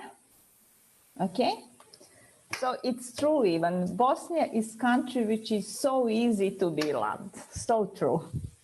Okay. Can you please share your views on the situation in Bosnia? Thank you. Yes, of course. Hello, everybody. First of all, I would like to greet all the panelists, as well the participants, and of course the president of the VTN Balkans, Ms. Gardašević Slavudica. I believe that networking is the right path in efforts to rebuilding tourism processes locally as well as globally. Bosnia and Herzegovina is a small and very complex and divided country with the three constitutive nations and others living in it. In the terms of tourism trends in the last 10 years before the pandemic, Bosnia and Herzegovina is experiencing an upward trend in the international tourism market. The reason is that it has a diverse cultural and natural-based tourism offer and a very favorable geolocation between Croatia, Serbia, and Montenegro. However, there is numerous problems and illegalities in the functioning of the tourism sector, such as inconsistent legislation, the lack of national tourism organization, state ministry of tourism, the transfer of jurisdiction between institutions, and so on and so on. But the pandemic has caused major strikes to the tourism sector, so tourism workers are not protected. And the measures taken by the authorities are just for political promotion, unfortunately. In Bosnia and Herzegovina, tourism is not approached strategically and systematically. Tourism is still happening on its own, without any plan, and especially a crisis management plan for current situation. Regarding the pandemic, the status of travel regulations changes from week to week, and the situation in general is unpredictable. I think it's important to place accurate information to the general public. Yeah, we need to educate the staff for tourism first, and complementary sectors also. As Professor Snežana said, people are the key for progress. In this time, we can use this dormancy time for promotional planning, strategically activities. And we are a small country, but we are trying to do something. We don't have ministry, national tourism or anything, but we are doing our best. And you should come to our country. We have sea, we have pyramids also. Really, we have pyramids. Yeah, Novak Djokovic was going there recently, and everybody knows about Novak Djokovic. Yeah.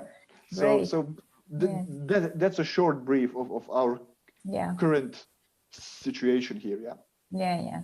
Thank you very much. And as Cornelia mentioned in her speech, actually the point is that we are all so close to each other, and we can actually make a joint package or whatever it's called. But whoever comes to Bosnia can visit Croatia, Serbia, Albania, Montenegro. So we are all very close, I would say.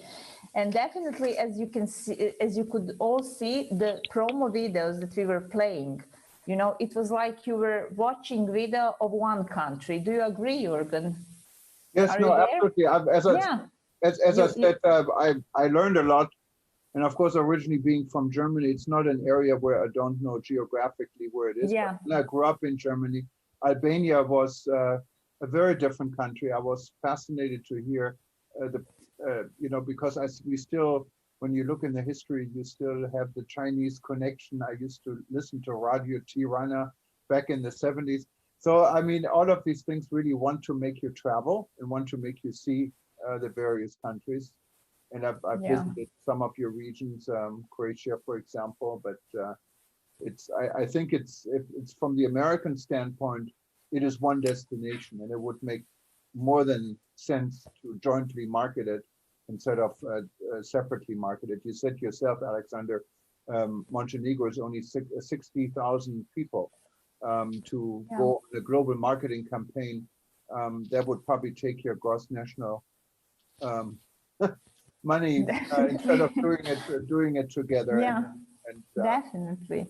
And it's something from World Tourism Network really what I'm so thankful about that you brought this region together within our rebuilding session, and hopefully we can continue and work with us. And I wanted to encourage every one of you to join our organization. I know we don't have Albania yet. We don't have any of you guys yet as a member. So that would bring us together really to work and also tell the world about you and coordinate our efforts. Of course. The guidance from Alexandra. Yeah, of course. Thank you. Thank you. And definitely we should stay together and we should be together. And first of all, what we have to do is to kind of solve and put under control the medical situation, to keep it under control. And as I mentioned before, I think what we should go for is to create a Balkan as a COVID responsible destination, and to have all the protocols which we can, and for this we can get assistance from WTN experts. We should put all the protocols in place and in compliance to each other. So that would be a great opportunity. And as a marketing and communication expert, I would say that marketing is a must. So no matter what kind of COVID status is in the country, I think we should go for marketing and only marketing. No matter how bad the situation is, because there are marketing and corporate communication standards for each phase of COVID situation, COVID pandemic situation, and those specific campaigns according to whatever stage the countries should be implementing. So destination marketing, in my opinion, is a must. As well as we mentioned, turning domestic tourism, actually replacing, if I may say, domestic tourism with regional tourism. So our regional Balkan tourism should become a domestic one, I think. And by creating tourism bubbles or tourism corridors, this is something that can guarantee much better position in this pandemic situation, and of course new orientation, using new technologies, digitalization, new standards and new technologies for new normal. And at the end, maybe we should call it Balkanization. This is what we should go to, tourism Balkanization, and create something like that and to go for it, because together definitely we should be able to make it function much better than it functions right now. And maybe if there are any questions, and if not, there is a question that I would like to ask Cornelia regarding the airline situation. What is the situation? Do you have, because there have been, I mean, the situation is not clear to me regarding the airlines in Albania. Do you have a national airline? Is it operating? What is the situation in the airline business now in Albania? Yes, Alexandra, we have a national line, let's say, and it's operating in different countries. Okay. But the incoming tourism in Albania especially is through charters, let's say, because we have different tourists from Russia, Belarus, Ukraine, which comes with charters, or from Italy. Poland, from you have a lot Italy. of, you have Italy, yeah. Mm-hmm. Yes, Italy operates with normal lines, but for Okay. special markets, we mainly operate with charters.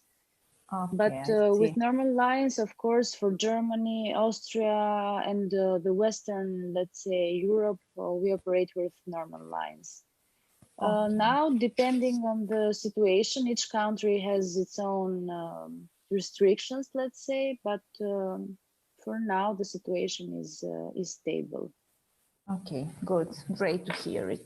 And also what I would like to point out, what Branka was mentioning, safety.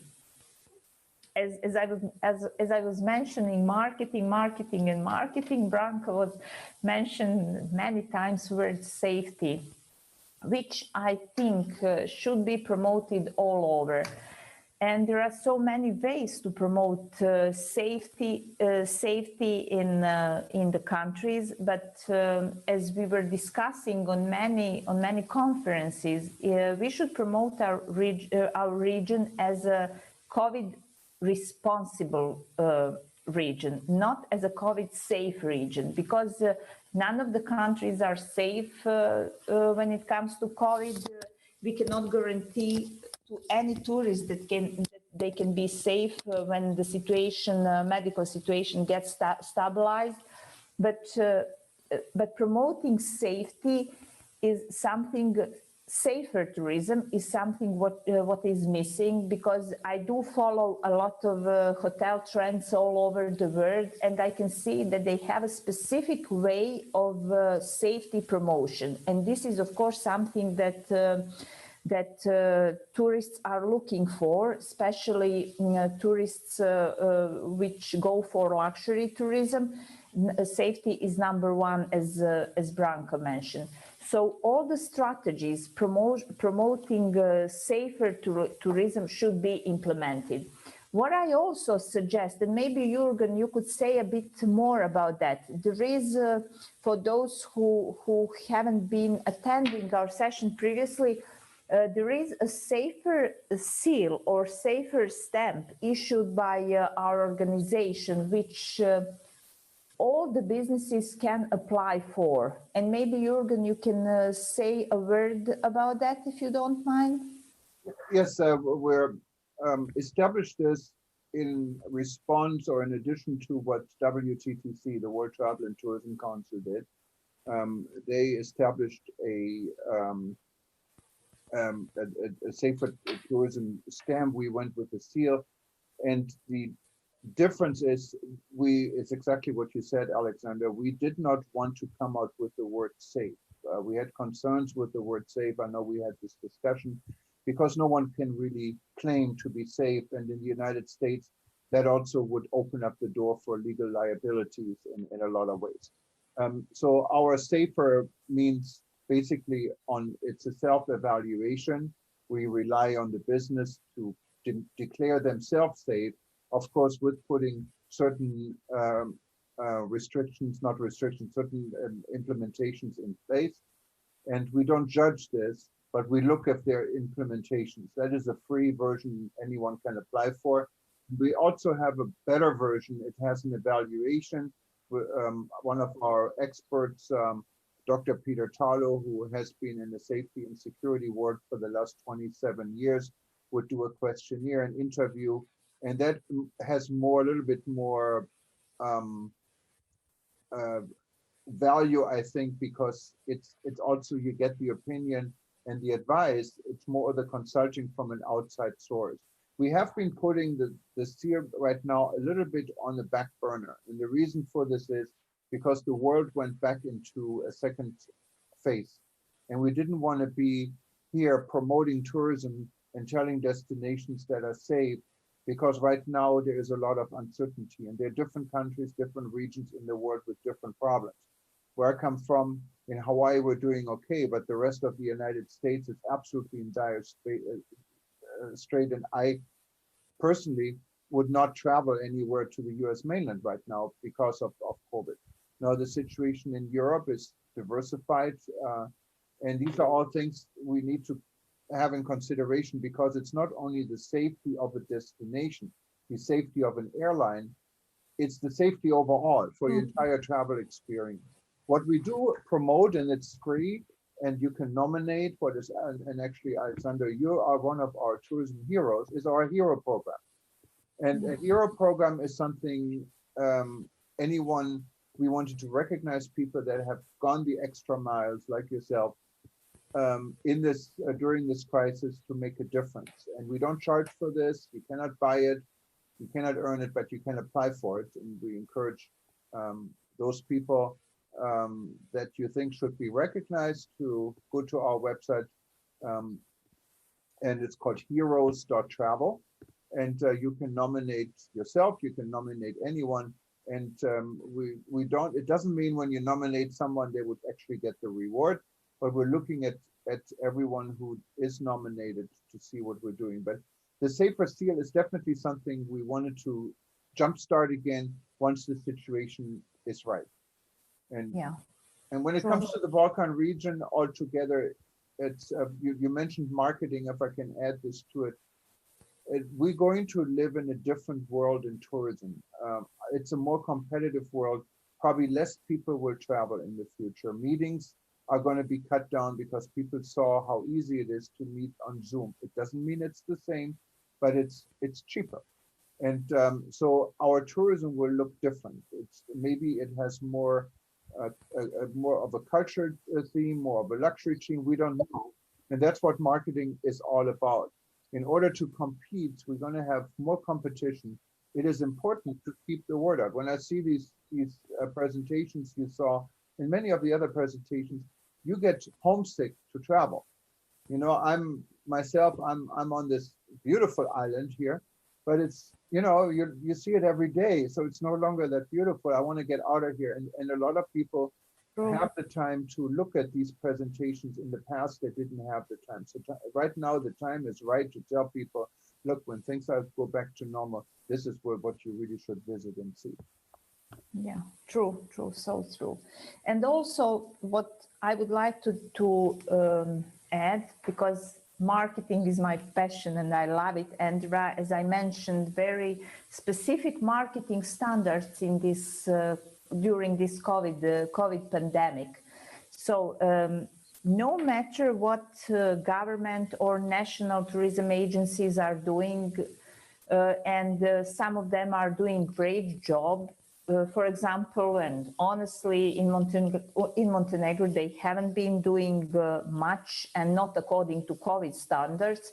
But what should be done? Actually, small and medium-sized businesses, and namely hotels, I think they should be encouraged and supported to perform proper way of marketing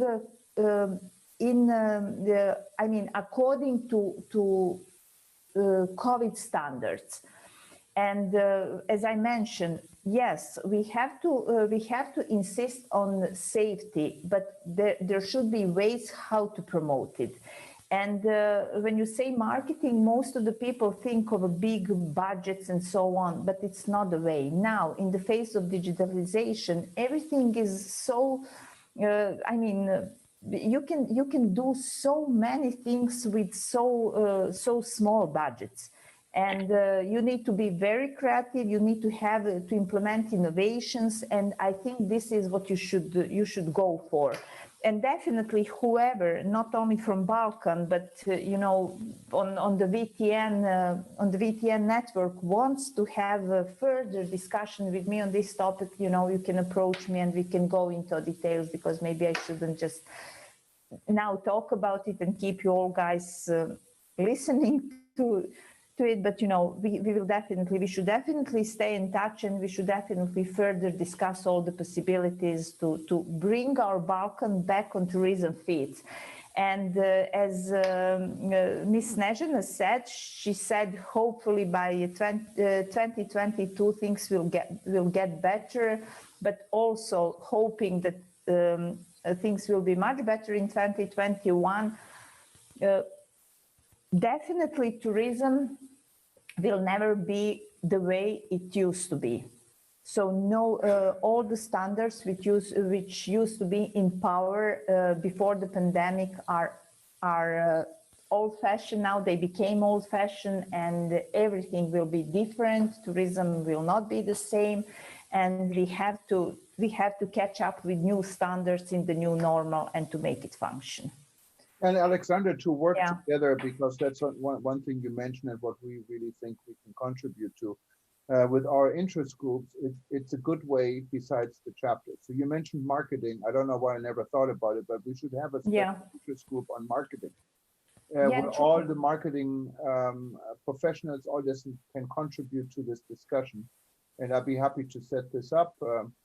Please do it. And Yeah. we need someone to lead it. If you want to lead it in the beginning, and that's Yeah, great. you can Perfect. count on me. You can count on me, and I think that's a good point. Maybe Branka, you can give a suggestion, as you are a general manager of the hotel, of a big hotel. Do you like the idea? Yes, Branka? I do. Yes. And and I'm sure that that the assistance would be welcome. Yeah, and then so every yeah. session, we had a session just a couple hours ago on Bangladesh, and we talked about fashion and the fashion and tourism industry. So then I thought about our friends in Nigeria, where we heard the word fashion. So now we're going to add a fashion interest group. And all of this comes together because everyone is looking at this and said, how would I fit in, if at all? Not everyone fits into everything. True. So that's a good thing. I think what we can get out of this session is we're adding a marketing group, and maybe the Balkan can be a leading force. You know, Jürgen, can I say something? Yeah. And, yes, go ahead. Yeah, so hi everyone. I'm very pleased to be a part of this discussion, and thank you for all the presenters, for all the beautiful windows you opened for us to the Balkan region. I was lucky enough to be in Porridge in the late 80s, and I really enjoyed that in Croatia. So as you can see, I'm not in tourism business, but I am in sustainability business and engineering. So I just wanted to bring maybe a different perspective. First of all, we all are sitting in the same boat. We all are facing challenges with the COVID-19, with traveling, with transportation. Everything is different, but the issue is the same, so that we all need to address. What I would like to bring in, since we are discussing rebuilding, rethinking, I think it is really, Ivan said, educating staff members, educating the countries. And if everybody does that, the tourists will be also educated when they come to different areas. So I think having the idea of strong communities, and when you can build groups to be more sustainable and also resilient, because sustainability and resiliency basically goes hand in hand. You cannot address one without really recognizing the other parts of each balance side, for resiliency and sustainability. So making areas, communities, regions less depending on big travel, the domestic makes totally sense, especially for Europe, because people don't even need to fly. They can just take the car, so, and travel by car. Europe is beautiful and small, so this is the advantage that Europe has, But nonetheless, I think there are also, from my experience working in as facilities director in different setting of buildings, it is important to also address the efficiency of the facilities, the infrastructure that everyone has, So when you want to also educate your staff in how they can save energy and operation. It's a lot of time when I go and I do energy audits for different commercial and residential buildings, I see that this is a factor that people are not really looking at, but there is a lot of potential into making savings on one end and investing in something else, even if it's investing in your staff, that we are looking also into having more also energy equality. That is something that is helping everybody, small communities, large communities, and also globally and at large. I think that is because we are also depending on a lot of regulations. So if we start in a small regions, it's much easier to come up with policies that can apply to a smaller group than a larger group. So that is where I think when we get started there, so it will help all of us to have a better setting smaller goals to reach them is much easier and also faster to achieve than the large ones that we are depending on global reactions. And Gisa, and I know you've been very passionate. We had our own session, you can see in archive actually, where she explains her concept of energy saving. And I thought this would fit very well with our interest group, Green and Clean. But if you think we can, you should do another interest group in regards to global energy challenges, just let me know. We'd be happy to add this, and then so this could be one of our discussions. But thank you very much. Also, we had Professor Deschneza, I probably pronounced this so wrong, raising a hand here. Go ahead. Oh, yes, yes. Snezhana, it means Schneewittchen or Snow White. Okay. Okay.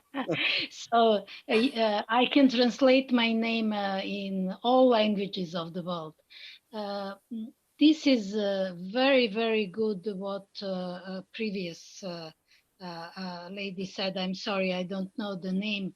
Education is very, very important. So I think that we should have a chapter for education, because we have to educate people in tourism in all fields about the sustainable tourism, about the energy in tourism, about the risk in tourism, about many, many other things. So I propose to have a chapter about education, for education. Oh, no, when you propose it, I hope you're aware you have to lead that chapter, because we don't have it. But if you wanted to put this together, we would very much welcome that, and we can call it something you can lead and start. Doesn't mean you have to lead it forever, but someone has to start it.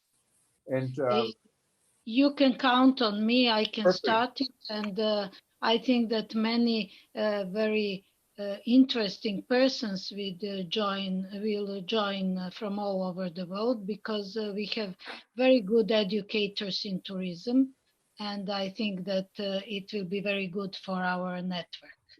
No, that would be wonderful. So please also join us, so you're part of the team officially, and I thank you for that. And I think we've been talking about education before, and I'm really glad you brought this up. This is very important. We talked also. Yeah, we have talked about it in Africa in length, and really it never emerged. So thank you for that. I appreciate it. Tourism and education is my life. So I propose it, and I will do it.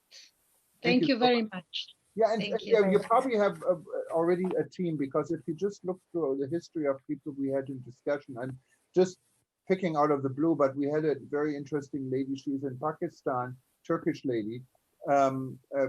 She had a fascinating vision on education approach as she teaches at a university.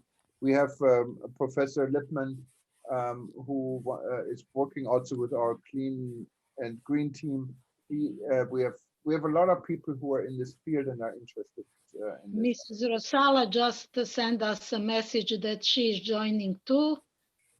So we are two of us, and then we will continue. Sounds great. Thank you so much. Is there anyone else who wanted to say something? We're a little bit, actually we're 30 minutes over time, so that's always a good sign. I don't mind to be over time, but because that always means it's interesting. And this was interesting, I really have to say, and we made so many new friends. What is even, I think, more important here. Alexandra, I'll give you the last part. Well, I'm so happy that we gathered together here, and this is our first session, and hopefully we will have more and more in the near future. And I would really like everybody interested in building up our Balkan tourism story to get together. I'm here available for all the comments, all the suggestions, all the help that I can offer to all of you. And I would like to thank you for attending this session. It has been a great pleasure to host it, and I'm really honored to be in charge of Balkan chapter, Jürgen, and thank you for giving me this opportunity. Well, thank you very much, Alexandra. You have the center for the building, not only for the Balkan session, but for the overall organization, because you've been the first lady, as I said, the first person saying that we should have chapters, and it really kind of shaped what we wanted to do. So we became more than a discussion group, and that's thanks to your insight. So you've been there. Balkan is becoming the most important region for us because of you. And I wanted to also thank everyone else for attending this event and everyone else who's joined us remotely on the various media channels and on our social media channels. Next time, if you wanted to be live and part of an event, just simply go to wtn.travel/expo or go to wtn.travel, click on the blue banner. You can become a member or an observer. Observer is free. For a member, you get a profile actually, and people know you. Observer is more anonymous, but regardless, you're welcome to be a guest at our, not only at our lounge events we have till the end of December. There'll be a lot more after this, and it's not going to only be events. It's going to be there are going to be interest groups, chapters, and we're trying to really help to reshape the industry. We're looking out very closely also to the medium and small sized businesses. That's what we are about, and I think that's how we can business also the countries. You know, probably the national tourism people from the United States, they have more resources than the National Tourism Board from San Marino, and we know that. But everyone should be equally represented in the world now. It becomes a new normal. And with Zoom and everything else has shaped how the meetings work, how associations can be structured and communicate. And my publication, eTurbo News, is there 100% to support. And with all of you, I think this could be quite a success. But I wanted to say again, good evening to you in Europe. Good day to our friends here in the US. We have another fascinating session coming up in about an hour and 15 minutes with Dr. Eleanor Garley. She is one of our reporters in New York, has been working with eTurbo News for almost 20 years, and she's known not to do lip service. So it's a very candid look on the Caribbean and their situation. So don't expect a lot of lip service here, but it'll be interesting and going to be constructive. So if you wanted to attend again, go to wtn.travel and go to Expo, and you can sign up for this and many other events. We have Saudi Arabia coming up tomorrow and a lot more. Again, aloha from Hawaii. Good day to every one of you, and thank you from here. Bye-bye. Bye-bye.